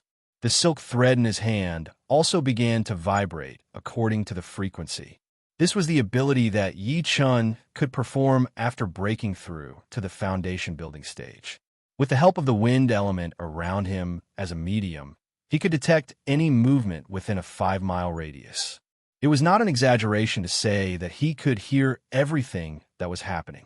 Suddenly, he sensed 2 cold and gloomy auras. So you guys are hiding here. Yi Chen scoffed and leaped. In the next moment, he disappeared from the building and dashed in the direction he sensed. In the nature park 3 kilometers away, just as the 2 black-robed men were about to pack up and leave, they heard a loud bang. The huge skull on the ground exploded. The black-robed man's heart skipped a beat, and he blurted out subconsciously, "Oh no, he found us." This skull was his magic tool. If the magic tool was destroyed, it meant that someone had broken his spell. Go, let's go. The other black-robed man's expression changed drastically. At the next moment, a ghost-like voice rang in their ears. I'd like to know where you guys are going. The 2 of them froze and looked behind them. A figure slowly walked out from the darkness. It was Yi Chen. He was like a specter in the dark night, coming and going without warning, accompanied by a chilling, murderous intent from his body. Mad Southern Yi. At this moment, the expressions of the 2 black-robed men changed drastically as if they were facing a great enemy. They could not figure out how Yi Chun found their location and arrived so quickly. One had to know that it had not been more than 2 minutes since Shao Kai died, right? I'll give you a chance now. Tell me who you are and why you want to touch my woman. Perhaps I can consider letting you die more comfortably. Yi Chun pressed forward with his hands behind his back. Go to hell and ask the king of hell. A gourd suddenly appeared in one of the black-robed men's hands. He shook the gourd abruptly, and countless mournful black spirits rushed at Yi Chun. They were like a wave of billowing smoke. They were extremely fast, like horses galloping on the grassland. Stubborn fool. Die. Yi Chun scoffed and waved casually. A lightning saber gleam formed in his hand. The lightning saber gleam sliced the black smoke that was charging at him and charged at the black-robed man directly. Bang! The black-robed man's eyes widened, but he didn't even have time to scream before he was cut into two by the saber light. The gourd in his hand fell to the ground. The remaining black-robed men felt their scalps go numb when they saw this scene, and they were shocked speechless. One must know that the black-robed man just now was the envoy sent by the sect master. He was extremely powerful, and he was even holding the 7 malevolence gourd that the sect master had personally given him. However, he was actually killed by Mad Southern Yi in a single move. At that moment, he turned around and ran without even thinking. Yi Chun was more terrifying than he had imagined. However, Yi Chun appeared before him in the next second. His eyes were filled with bloodthirsty coldness. Now, tell me your choice. Long live sect leader. The black-robed man's expression turned fierce as he roared. Yi Chun's expression changed slightly. He reached out to grab him immediately. However, in the next moment, the other party's body suddenly exploded. His situation was the same as Shao Kai's earlier. His body had been cursed. However, compared to Shao Kai, the other party had clearly initiated the curse. He would rather die than reveal anything to Yi Chun. I was too careless. Yi Chun looked a little guilty. He should have used the soul-searching tactic on the other party. However, his gaze landed on a wooden sign under his feet. He picked it up and found that the wooden sign was the size of a palm. It was made of locust wood, and there were many images of malicious ghosts carved on it. The most obvious one in the middle was the word ghost. Is this an identity wooden sign? Yi Chun frowned slightly. Subsequently, he walked to the black-robed man's corpse that he had cut into two earlier and found another wooden sign. The two pieces were almost identical. The only difference was that they were different in color. One was black iron, while the other was bronze. He picked up the gourd and realized that it was quite heavy. It weighed at least 10 kilograms, and it was filled with countless ghosts and vile energy. Looks like this is an organization. However, who is the sect leader that they mentioned? Yi Chun's expression changed a few times. In the end, he shook his head and left. At the same time, deep in Yaoshan, a castle stood in the middle of the mountain like a ferocious beast. At this moment, countless black-robed people were kneeling in front of a ferocious stone statue in the main hall of the castle, mumbling all sorts of indistinct sounds. Roar! Suddenly, an incomparably furious roar came from the depths of the hall. This voice shook many people to death on the spot. Then, souls floated out from the corpses, and these souls were all devoured by the giant wood-stone statue. Countless people were shocked, and they knelt in even more fear. The sect leader was furious. A man with a ghost mask on his face walked out. He looked up at an old man standing at the side of the hall and said, "Elder Black, the sect leader invites you in." The old man was dressed in white, but he wore a black mask on his face. He looked indescribably terrifying. He nodded and followed the old man into a stone room. There was a black silhouette sitting on top of the stone room. As the screen blocked the silhouette, he could not see the silhouette clearly. However, as soon as the old man in white entered, he felt like he had been targeted by a venomous snake. He could not help but lower his head and bow. "Greetings, sect leader. The person I sent is dead. Elder Black, go to Tiannan personally and bring me Mad Southern Yes woman," the black shadow behind the screen said. The black shadow behind the screen spoke. His voice was very low, like the bellows of a dying man. The old man in white frowned and said, "Sect leader, Mad Southern Yi just killed Shin Tiannan." Rumor has it that he knows divinity. This person is not to be trifled with. Why should our ghost witch cult form a feud with him for the heavenly palace? I know better than you that Guanshanhua wants to use me. The black shadow smiled arrogantly, as if he was disdainful. The ghost ship is about to appear. Go! Mad Southern Yes woman is very important to me. I must capture her at all costs. At that moment, Yi Chen had already returned home. As soon as he entered, he realized that Meng Meng and Qian were playing with the Patriarch of Hell with their heads lowered. All the hair on the Patriarch's body stood on end. He lay on the ground and shivered, not daring to move at all. It was as if he had experienced something terrifying. Before Yi Chen could react, the Patriarch of Hell's voice sounded in his mind. Fellow Yi Help. I've encountered a ghost. Chapter 460. Fellow Yi Help. I've encountered a ghost. The Patriarch of Hell's voice was filled with fear. What's going on? Yi Chen glanced at him. He was curious when he saw how he was trembling. It was the first time he had seen the Patriarch like this. Fellow Taoist Yi, where on earth did you find such a little demon? You're already a demon, but this girl is even more of a demon than you. I owe my old ancestors' teeth. The Patriarch of Hell wailed. Subsequently, he told him everything that had happened when Yi Chen was not around. It turned out that Qian wanted to touch the Patriarch, but the Patriarch did not let her. He even bared his teeth at her. Qian only said, "Puppy, you can't bite people, or your teeth will fall out." That was what a child said to protect herself. In the end, the Patriarch's teeth really fell out. One had to know that his teeth were comparable to low-grade spirit weapons. They were extremely hard. Even if he bit a steel bar, it would be crisp. He could not hurt his teeth at all. However, his teeth fell out because of Qian's words. After that, the Patriarch of Hell thought that Qian was an expert who had plotted against him. In his anger, he used a trace of power to attack Qian. However, before the Patriarch could touch Qian, he went berserk. After the Patriarch recovered with great difficulty, he was scared to death on the spot. His ability was only slightly weaker than Yi Chen's. There were not many people in China who could pose a threat to him. However, he was defeated by a little girl again and again. From beginning to end, the little girl had a timid look on her face. Yi Chen could not help but look at Qian next to him after hearing that. There was a hint of seriousness in his eyes. Big brother, I'm sorry. I didn't do it on purpose. Qian was afraid of being scolded, so she lowered her head timidly. Tears flickered in her eyes, and she looked very pitiful. Qian, give me your hand. Let me take a look at you again. Yi Chen smiled warmly. He held her little hand and checked it again. However, from beginning to end, he still could not sense any cultivation base from Qian. He was sure that Qian was just an ordinary person. However, how could an ordinary person hurt the Patriarch? Strange.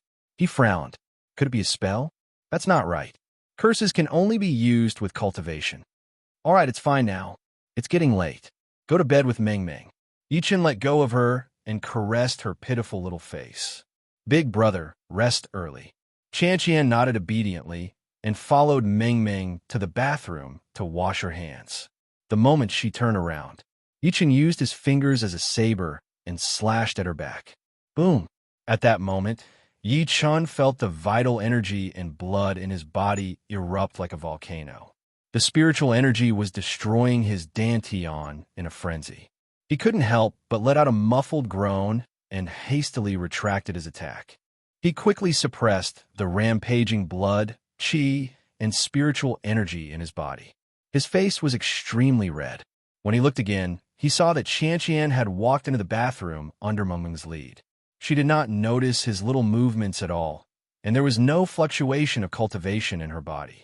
He couldn't help but glance at Patriarch Nether, and an extremely tempestuous storm arose in his heart. He almost went berserk just now. Fellow Yi, I didn't lie to you, did I? The Patriarch Nether saw everything that happened earlier and became even more terrified. This little girl is too strange. I suggest we send her away as soon as possible. With her at home, I won't be able to sleep or eat in peace. That's not right. Yi Chen suddenly shook his head. What's wrong? The Patriarch Nether was confused. Yi Chen lifted his head to look at him with a serious expression. Did you notice that this only happens when we're hostile to Qianqian? I think so. The patriarch Nether nodded thoughtfully. The first time was because Qianqian wanted to touch him, so he wanted to bite her. That was why his teeth fell out. The second time was exactly the same as Yi Qin's earlier situation. It was also because he was hostile to Qianqian. Subsequently, he looked in the direction of the bathroom with a suspicious expression. Fellow Yi, what do you think this little girl is? Human? Ghost? Demon? Demon? Or immortal? She's human, Yi Qin said with certainty. It was because Qianqian would also be hungry and need to eat. In the 3 realms and 6 paths, only humans could not abstain from eating. Moreover, if she was not human, it was impossible for Yi Qin not to notice. Recruited. He suddenly recalled the time when he and Su Yuhan met Qianqian on the street during the day. At that time, Qianqian was begging with a young man and was kicked by the young man. After that, the young man was run over by a car and killed on the spot. Could he be? Yi Qin narrowed his eyes and called Lin Tai immediately. Investigate someone for me. To be precise, it's a little girl. Investigate her past, including her identity. After hanging up the phone, he walked to the bathroom and saw the 2 little girls washing their faces. He could not help but smile and say, "Come, let me take a photo of you two." "Daddy, I'm washing my face." Meng Meng rolled her eyes at him. Click. Yi Qin quickly took a photo and sent it to Lin Tai. As soon as the 2 little girls returned to their room, Yi Qin received a call from him. "My lord, the little girl in the photo is called Qianqian. She appeared in Tianan half a year ago. She's an orphan. At that time, there was an old man who took care of her. Later on, the old man disappeared, leaving the little girl alone. The little girl wandered the streets every day and was bullied a lot. But what?" Yi Qin frowned. Lin Tai gulped.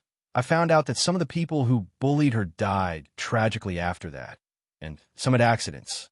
In particular, there was a woman and a young man who adopted this little girl. These 2 people didn't treat the little girl well. They often beat, scolded, and tortured her. A month later, one of them was struck to death by lightning, and the other was burned to death by fire. The strangest thing was that this little girl lived in the same house as the young man who was burned to death. The fire burned everything, but this little girl was the only one who was fine." At this point, his voice trembled slightly. I also found out that this little girl was once controlled by a human trafficking organization. In the end, dozens of people in this organization died mysteriously overnight. This matter caused quite a stir at that time, and the cause of death has not been found until now. Although Yi Qin did not turn on the speakerphone, the patriarch of Hell heard everything Lin Tai said. The next moment, all the hair on his body stood on end, and he seemed to remember something. "Fellow Taoist Yi, I know. This little girl has the body of all evil. Body of 10,000 evils?" Yi Qin was surprised. "That's right." The patriarch of Hell said with uncertainty. "The so-called body of 10,000 evils is a kind of physique that only appears once every 10,000 years. This kind of physique is very strange, because in order to form such a physique, her mother needs to be a woman who has been resentful for 9 lifetimes. What's a resentful woman?" Yi Qin was confused. The resentful woman of 9 lifetimes refers to a person who has reincarnated 9 times in a row and died of resentment. Her resentment in each life is enough to move heaven and earth, and make heaven and earth feel guilty. If someone becomes hostile to her or wants to target her, they'll be plagued by negative karma and be unlucky. At this point, the patriarch of Hell took a deep breath in and said, "Even if you have bad thoughts about her, you'll be unlucky before you can carry them out." Yi Qin was speechless. That was a little King shameless. It was even more impressive than cheating. You were only allowed to deal with others and not let others deal with you. When I was in the cultivation world, I encountered a body of 10,000 evils in the mortal world. At that time, the other party was immortal. The patriarch of Hell added, the country she was in was at war with another country. In the end, her country was surrounded by an army of 1 million people. The whole country was in despair. Guess what happened? It has something to do with the body of 10,000 evils? Yichen asked. That's right. The Patriarch of Hell nodded. At that time, this country invited the body of 10,000 evils to the city tower at a critical moment. She fought against an army of 1,000,000 people alone. Although she was only a mortal, she pointed at the army of 1,000,000 people and cursed. She said things like, I curse you to be smashed to death by meteorites. Then, countless meteorites fell from the sky, and the army of 1,000,000 people was smashed to death by the meteorites. She killed an army of 1,000,000 people alone, and her country was saved for the crisis. Yichen took a deep breath in.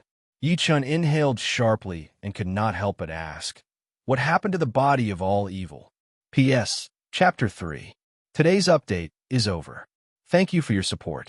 Please give me some tickets. Chapter 461.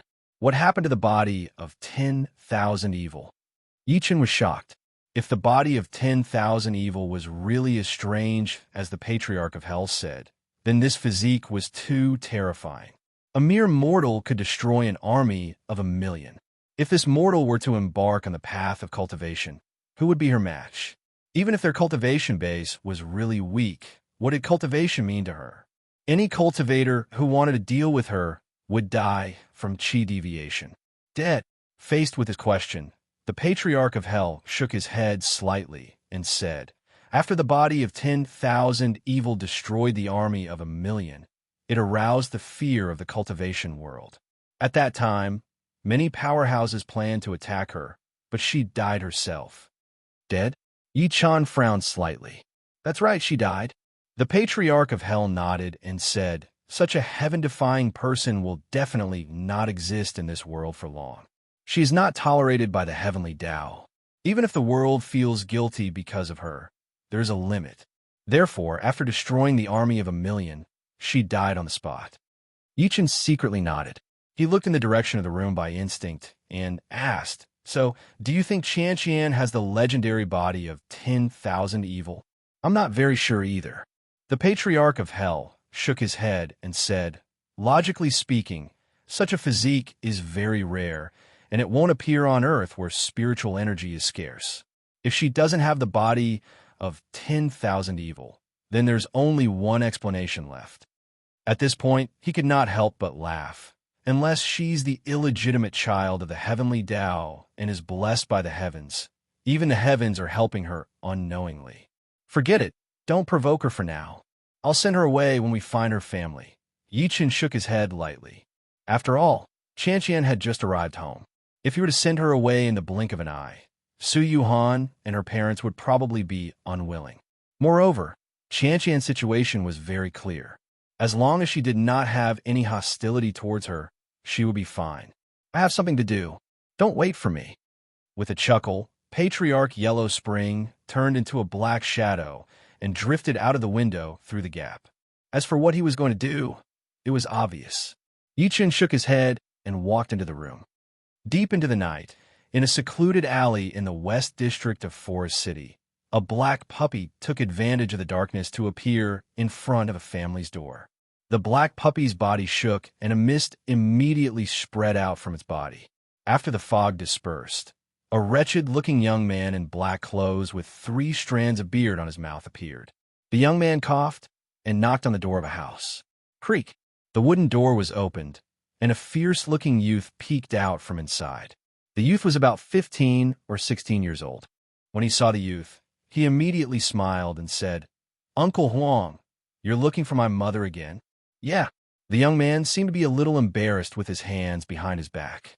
He took out a stack of cash and handed it to the teenager. Take this money and play. If it's not enough, you can ask me for more.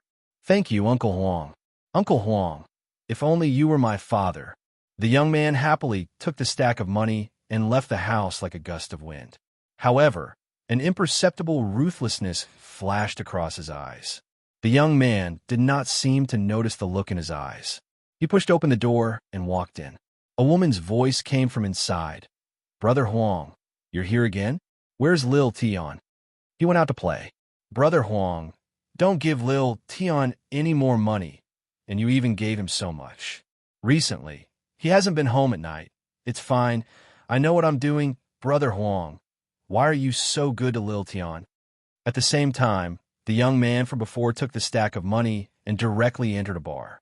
Immediately, a young man dressed like a student walked over. Zhao Xiaotian, why are you only here now? Didn't I just get the money? Let's go. I think they're waiting anxiously. The young man took out the stack of money as if he was showing off, put his arm around the other party's shoulder, and walked into the bar. Not long after, they sat in a private room. At that moment, there were already 3 or 4 young men and women sitting in the private room, and there was a lot of tea and red wine on the table. Everyone, I, Zhao Xiaotian, will treat you today. Don't stand on ceremony. The young man waved the stack of money in his hand again and called over a waiter.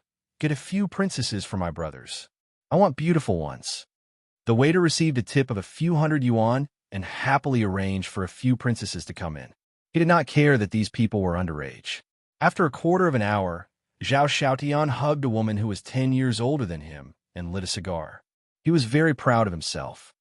Zhao Xiaotian, did you win a lottery recently? Otherwise, where did you get so much money? A young man with a nose ring was puzzled. Another young man with dyed yellow hair said, That's right, Zhao Xiaotian. I remember that after your father died, your mother was the only one who earned money in the family. And she seems to be a waiter in a nightclub, right? Her monthly salary isn't much. Don't mention that be asterisk TCH to me. The young man was a little unhappy when he heard this.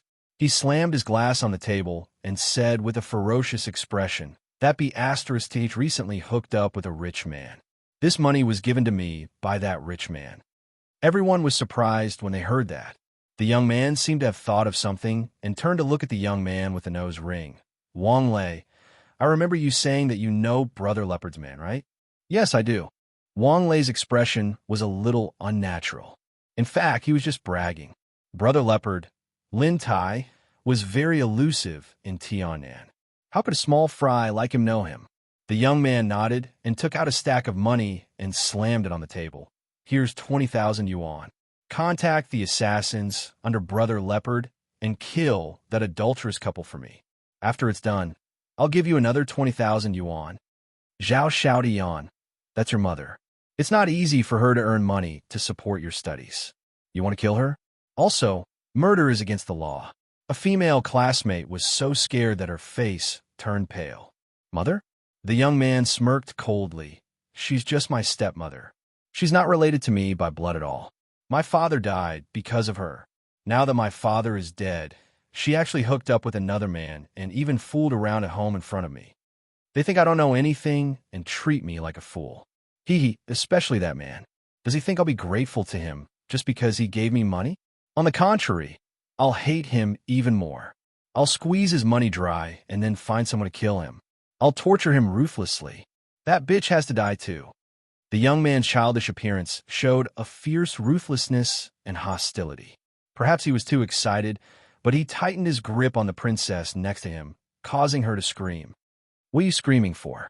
The young man grabbed her head and slammed it on the table a few times. Then, he threw more than 10 pieces of money at her. Be asterisk TCH. Aren't you out to sell yourself? You're just like that bitch, a whore. The rest were so shocked that they were speechless. They were really shocked by the young man's ruthlessness. He even dared to kill the only relative who worked hard to earn money to support him. Moreover, he kept calling her a whore and a bitch.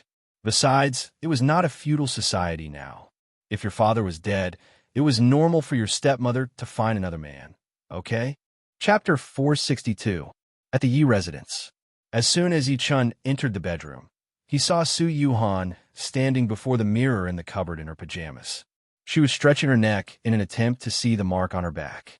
Su Yuhan said as soon as she saw him, Yi Chun, can you check if the mark on the back of my neck is gone? There's no need to check. It's definitely still there. Yi Chun chuckled softly and grabbed her hand to get her to sit down. He said while smiling, but don't worry, I'll remove it for you now. The reason why he did not remove the slap mark on Su Yuhan's neck as soon as possible was purely because he wanted to find out who did it to her. However, since the 2 black-robed men were dead, the clues were considered completely gone. Lie down first. Yi Chun placed his hand on her neck after she lay down. He secretly mobilized the spiritual power in his body to massage her neck. Su Yuhan felt like a warm current was flowing from her ankle to her entire body. It gave her goosebumps all over her body. The feeling was magical.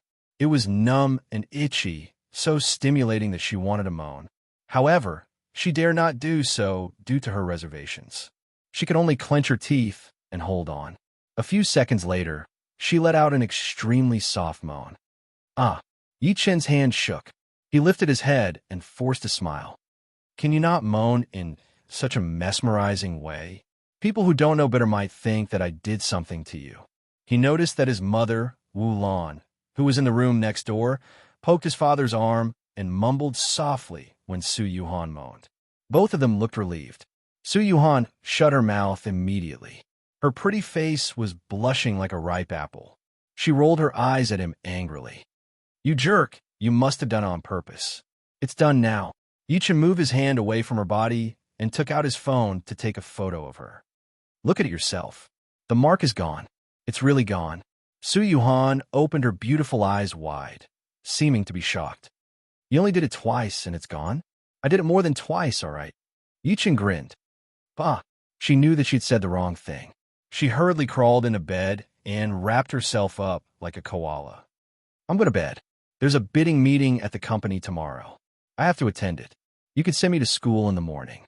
The next morning, after Su Yuhan placed the breakfast on the table, she did not even bother to eat. She picked up her bag and went to the company. After serving Meng Meng and Qian breakfast, Yi Chen was about to leave with his daughter. Qian put down her chopsticks and stood at the door. She looked at Meng Meng, who was in Yi Chen's arms reluctantly. Big brother, where are you taking me? Daddy wants to take me to school. Meng Meng hugged Yi Chen's neck and chuckled. Sister Qian, are you going to school with me? No, there's no need. Qian hurriedly shook her head, put her hand on her chest, and waved.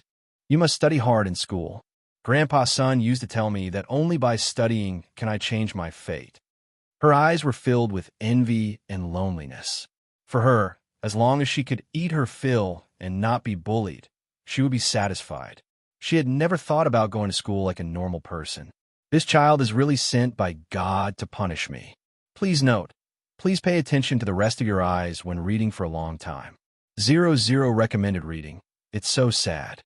Wu Lan, who was standing aside, secretly wiped her tears. Subsequently, she looked at Yi Chen and said, Xiao Chen, ask the teacher if you can let Qian go to school when you go to school. How can it be that easy? You don't need a household registration to go to school. Do you have Qian's household register? Yi Hai said in a bad mood. Qian hurriedly shook her head. Grandma, there's no need. Big brother can give me food, shelter, and clothes. I'm already very satisfied. I can't repay Big Brother in this life. As soon as she spoke, Yi Hai was moved. A 5 or 6-year-old child actually knew how to repay someone. His heart softened, and he could not help but say to Yi Chen, ask old Master Gu if you can register Qian temporarily. Dad, Mom, I got it. Yi Chen nodded lightly and glanced at Qian again. Qian, stay at home.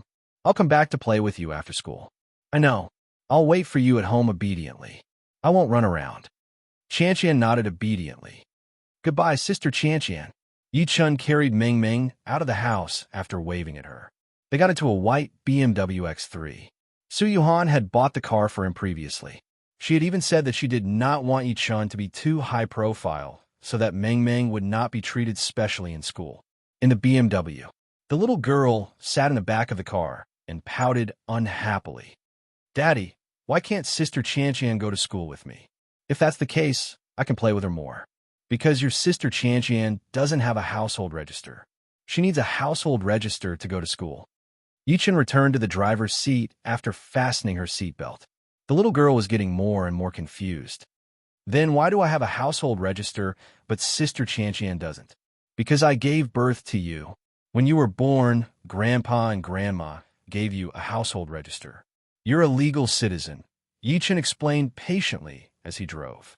Qian's situation could not be said that she did not have a household register. If she still had a family in this world, the household register would definitely be with her family. However, that was not important. Yi Chen could give her a household register with a call. Boom! As soon as the car drove onto a bridge, it suddenly exploded with a bang, setting off a flame that was dozens of meters tall. The huge explosive force caused the bridge to shake.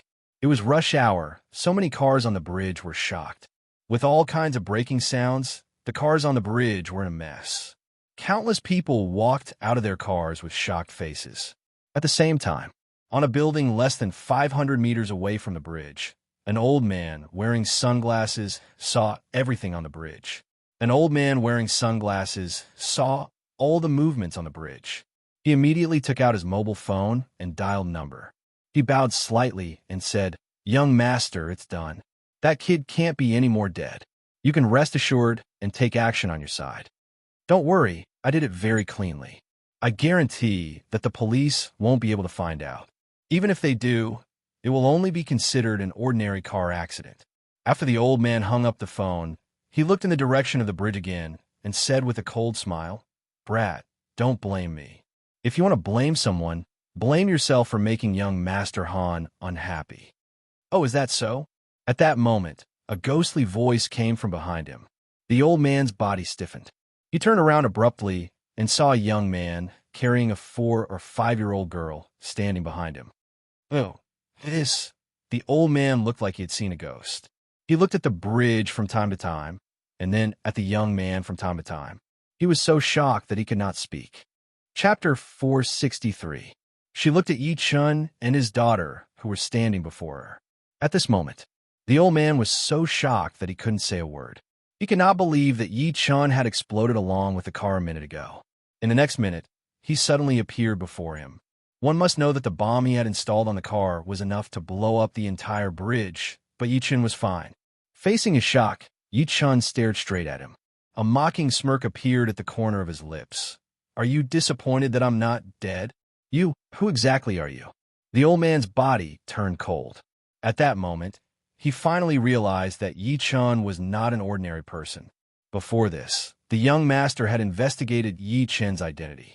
In the end, there was only a handful of useful information. To him, no matter how rich or powerful Yi Chun was, he was not a threat as long as he was not an ordinary person.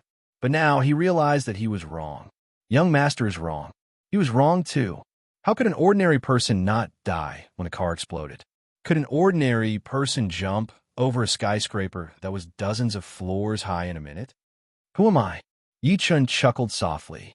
The arc at the corner of his lips was getting more and more sinister. "Didn't you find out about my identity before you attacked me?"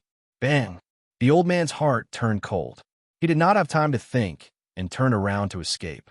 He was so shocked that he did not even have the courage to attack Yi Chun. However, the next moment, he only felt an extremely terrifying suction force coming from behind him. He roared and wanted to resist the suction force with all his might, but he realized how powerless his struggle was. Subsequently, he was sucked to Yi Chun's side. "No, don't kill me," the old man said subconsciously. Too late. A ferocious gleam flashed through Yi Chun's eyes. He pressed his palm on the top of his head and performed the soul-searching tactic forcefully.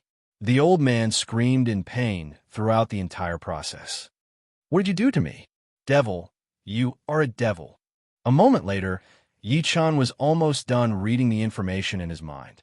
He grinned sinisterly. "Dongsheng Group, Han Zimming. Great, you're really great."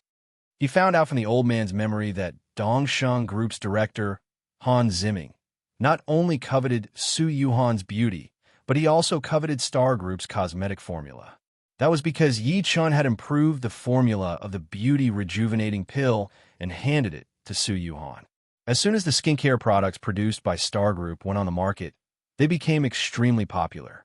It could be said that they dominated the cosmetics industry. As a competitor, Han Zimming naturally wanted the skincare formula. Therefore, he had been trying to get close to Su Yuhan. Naturally, he wanted to kill Su Yuhan's man. Most importantly, Han Zimming would appear at the bidding conference today and plan to attack Su Yuhan. "Let me go." All of this was ordered by young Master Han. "I was just following orders." The old man slumped onto the ground, his body trembling uncontrollably. "You're the first to be able to maintain your consciousness under my soul-searching technique. Since that's the case, I'll let you die a quick death." The corner of Yi Chen's lips curled up slightly as a cold smirk appeared. Subsequently, he grabbed him and walked to the edge of the rooftop. The old man seemed to have realized something, and his face turned ashen. "No, don't," the next moment. "My dear daughter, close your eyes." Yi Chen covered Mengming's eyes and let go. Ah! The old man fell from the skyscraper that was more than 30 stories high. A loud bang came from the ground 5 seconds later. 47 seconds. 1 second slower than I expected. Bad review. Yi Chen shook his head slightly, as if he was disappointed. Subsequently, he carried his daughter and leaped. At the same time, in Lin City's Guomao commercial building, it was a 30-story building that belonged to the government. The purpose of building it was to be used by all the companies in Lin City for auctions, tenders, and other formal occasions. Therefore, it could be said that all the business overlords in Tiannan, as well as various famous chambers of commerce, were stationed in this building. On the 8th floor of the building, Han Ziming, who was standing in front of the window in a white suit, hung up Uncle Zhong's call and looked up at the corner of the hall. His gaze landed on a woman in a light black professional suit. A smug smile gradually appeared at the corner of his mouth.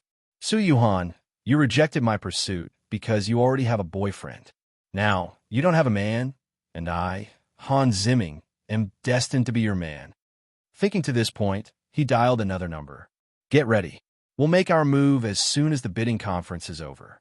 Don't let that woman with the surname Su escape. This time, I've invited Master Qi to deal with her bodyguard. If you still fail, go to the rooftop together." After hanging up the phone, he took a deep breath and smiled. He revealed a smile that he thought was very gentlemanly and walked toward the two women in the corner. As he moved, he immediately attracted the attention of countless people in the hall. Among them, women were the most frequent. If one took a closer look, they would notice that many women were looking at Han Ziming with all kinds of infatuation in their eyes. It was because among all the men present, Han Ziming was the most handsome and had the most gentlemanly temperament. As for the others, they were either middle-aged men who lost their hair or had big bellies. Most importantly, Han Ziming's Dongxing group was one of the best among all the companies. How could they not be secretly excited by such a young and rich talent? Every woman hoped that Han Ziming would stop in front of them. Unfortunately, to their disappointment, Han Ziming did not slow down. In front of a round table in the corner, a woman who looked to be no more than 25 years old could not help but subconsciously say to Su Yuhan, who was next to her, when she saw Han Ziming walking over, "Yuhan, look, it's Director Han. He's actually walking toward us." The more the woman spoke, the more excited she became. She hurriedly took out a small mirror and looked at her makeup while saying excitedly, "Yuhan, don't tell me Director Han has fallen for me? You already have a boyfriend. Let me say this first. Don't snatch him from me." Su Yuhan was a little helpless. "Yao Yu, I really can't stand you. You're the vice president of a listed company after all. Do you have to be so infatuated? You don't understand. This guy in front of you is really tall, rich, and handsome. His father is a high-ranking official of Korea's Samsung Group, and his mother is a member of Samsung's board of directors." Yao Yu mumbled. Seeing that Han Ziming was getting closer, she hurriedly went up to him and smiled charmingly. "Director Han, I'm Lihua Group's Yao." However, Han Ziming did not look at her. Instead, he walked straight to Su Yuhan and said with a faint smile, "Yuhan." Before he could finish, Su Yuhan interrupted him. "Director Han, please watch your words. You can call me Director Su or Ms. Su." Her cold attitude made Han Ziming's eyes flash with fierceness. However, he still said in an extremely friendly manner, "Director Su, why didn't your boyfriend accompany you to such an important occasion today?" "My boyfriend is very busy. He has to take care of the child at home. He doesn't have time to come out and look at these women." Su Yuhan was 1,000 miles away from him. "Oh, is that so? Director Su, let me give you a suggestion. It's best to read Lin City's news or Lin City's forum." Han Ziming smiled strangely and turned around to walk to the side. His mysterious words made Su Yuhan secretly frown. She had no idea what he was up to. "Yuhan, you're not a good friend. Why didn't you tell me earlier that you managed to attract Boss Han's attention? You embarrass me." You said that you have a boyfriend before, but it seems like you were lying to me, Yao Yu said sourly from the side. Su Yuhan said angrily. Firstly, I'm not close to him. To be precise, I hate this person. Secondly, I do have a boyfriend. Do you really have a boyfriend? Yao Yu was a little surprised. She could not help but ask, who could actually kidnap a beauty like you? Tell me, is it Director Wang of Zhonghui Group or Director Ma of Baiyao Limited Company? Or Director Liu of Tiandong Group? Neither. Su Yuhan shook her head. Yao Yu was a little disappointed. Neither? Then, is he in politics or business? How many billions of assets does he have? How many apartments does he have? Is he on the Forbes rich list? Is your brain full of these things? Su Yuhan looked helpless. Of course.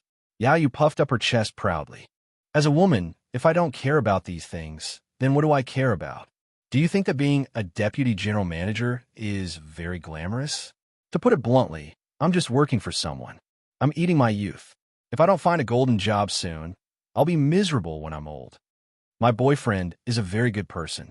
Su Yuhan revealed a blissful smile at the corner of her lips.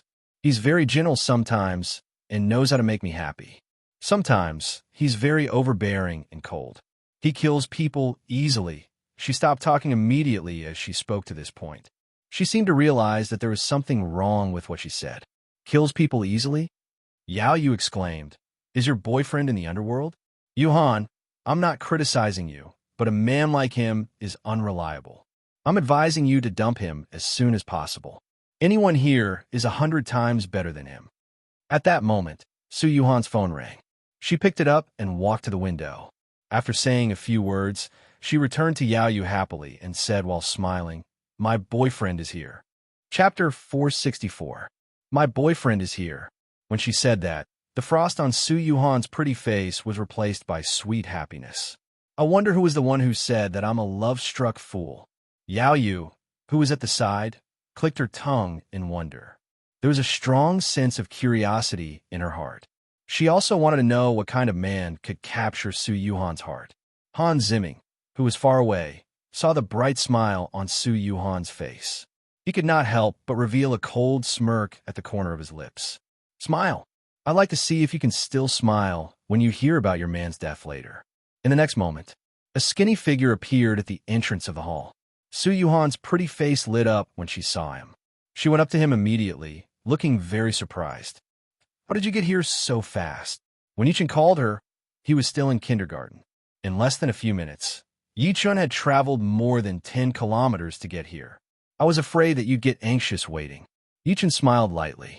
At the same time, as Yichun appeared, everyone in the hall looked at him, especially the men. After all, it was their first time seeing Su Yuhan being so intimate with the opposite sex. Is he Yuhan's boyfriend? Yao Yu stood at the side and looked at Yichun from head to toe. After seeing that Yichun was unattractive and dressed plainly, she could not help but frown. She was disappointed. I thought he'd be handsome or rich. In the end, he's just a poor loser. Yao Yu had seen many men like this.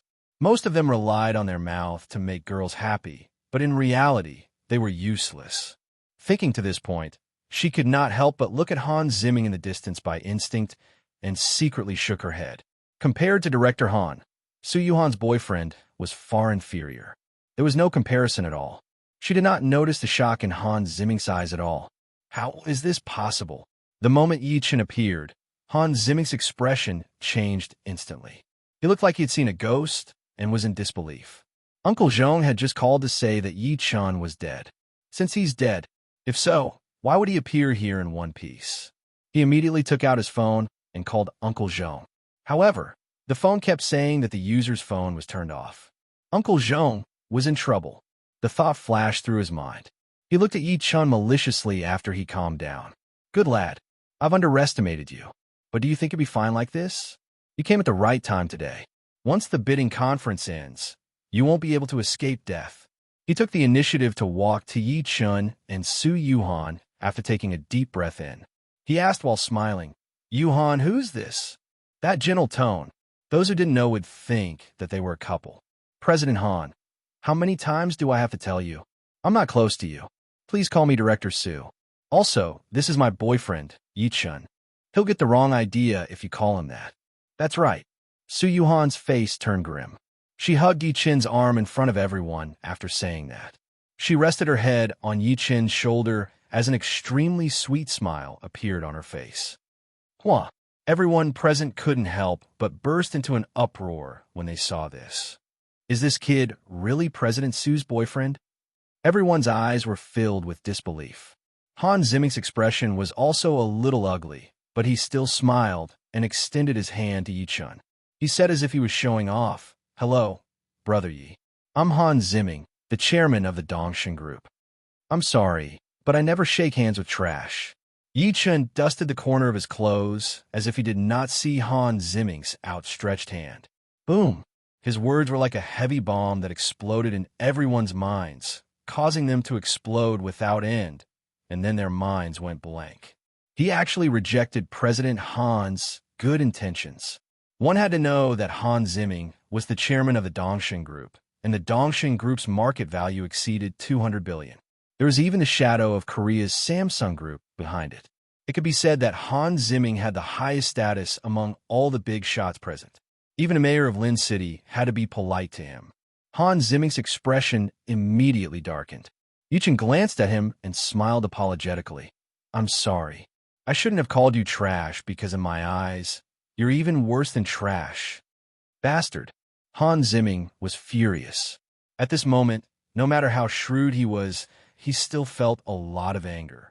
He had the urge to kill Yi Qin. However, when he thought about how the bidder for today's bidding was the Tang family of Hong Kong, he could only suppress the anger in his heart. However, his killing intent toward Yi Qin grew stronger and stronger. "Yuhan, isn't your boyfriend too arrogant?" Yayu could not hold it in anymore.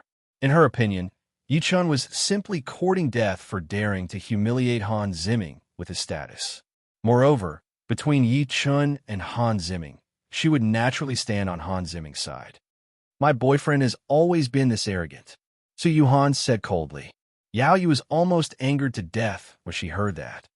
"Yuhan, it's not that I want to criticize you, but what's so good about this guy? Why do you like him and even dare to offend President Han for him? That's my business. You don't have to worry about it." Su Yuhan was also angry at this time, and she returned to her previous cold attitude.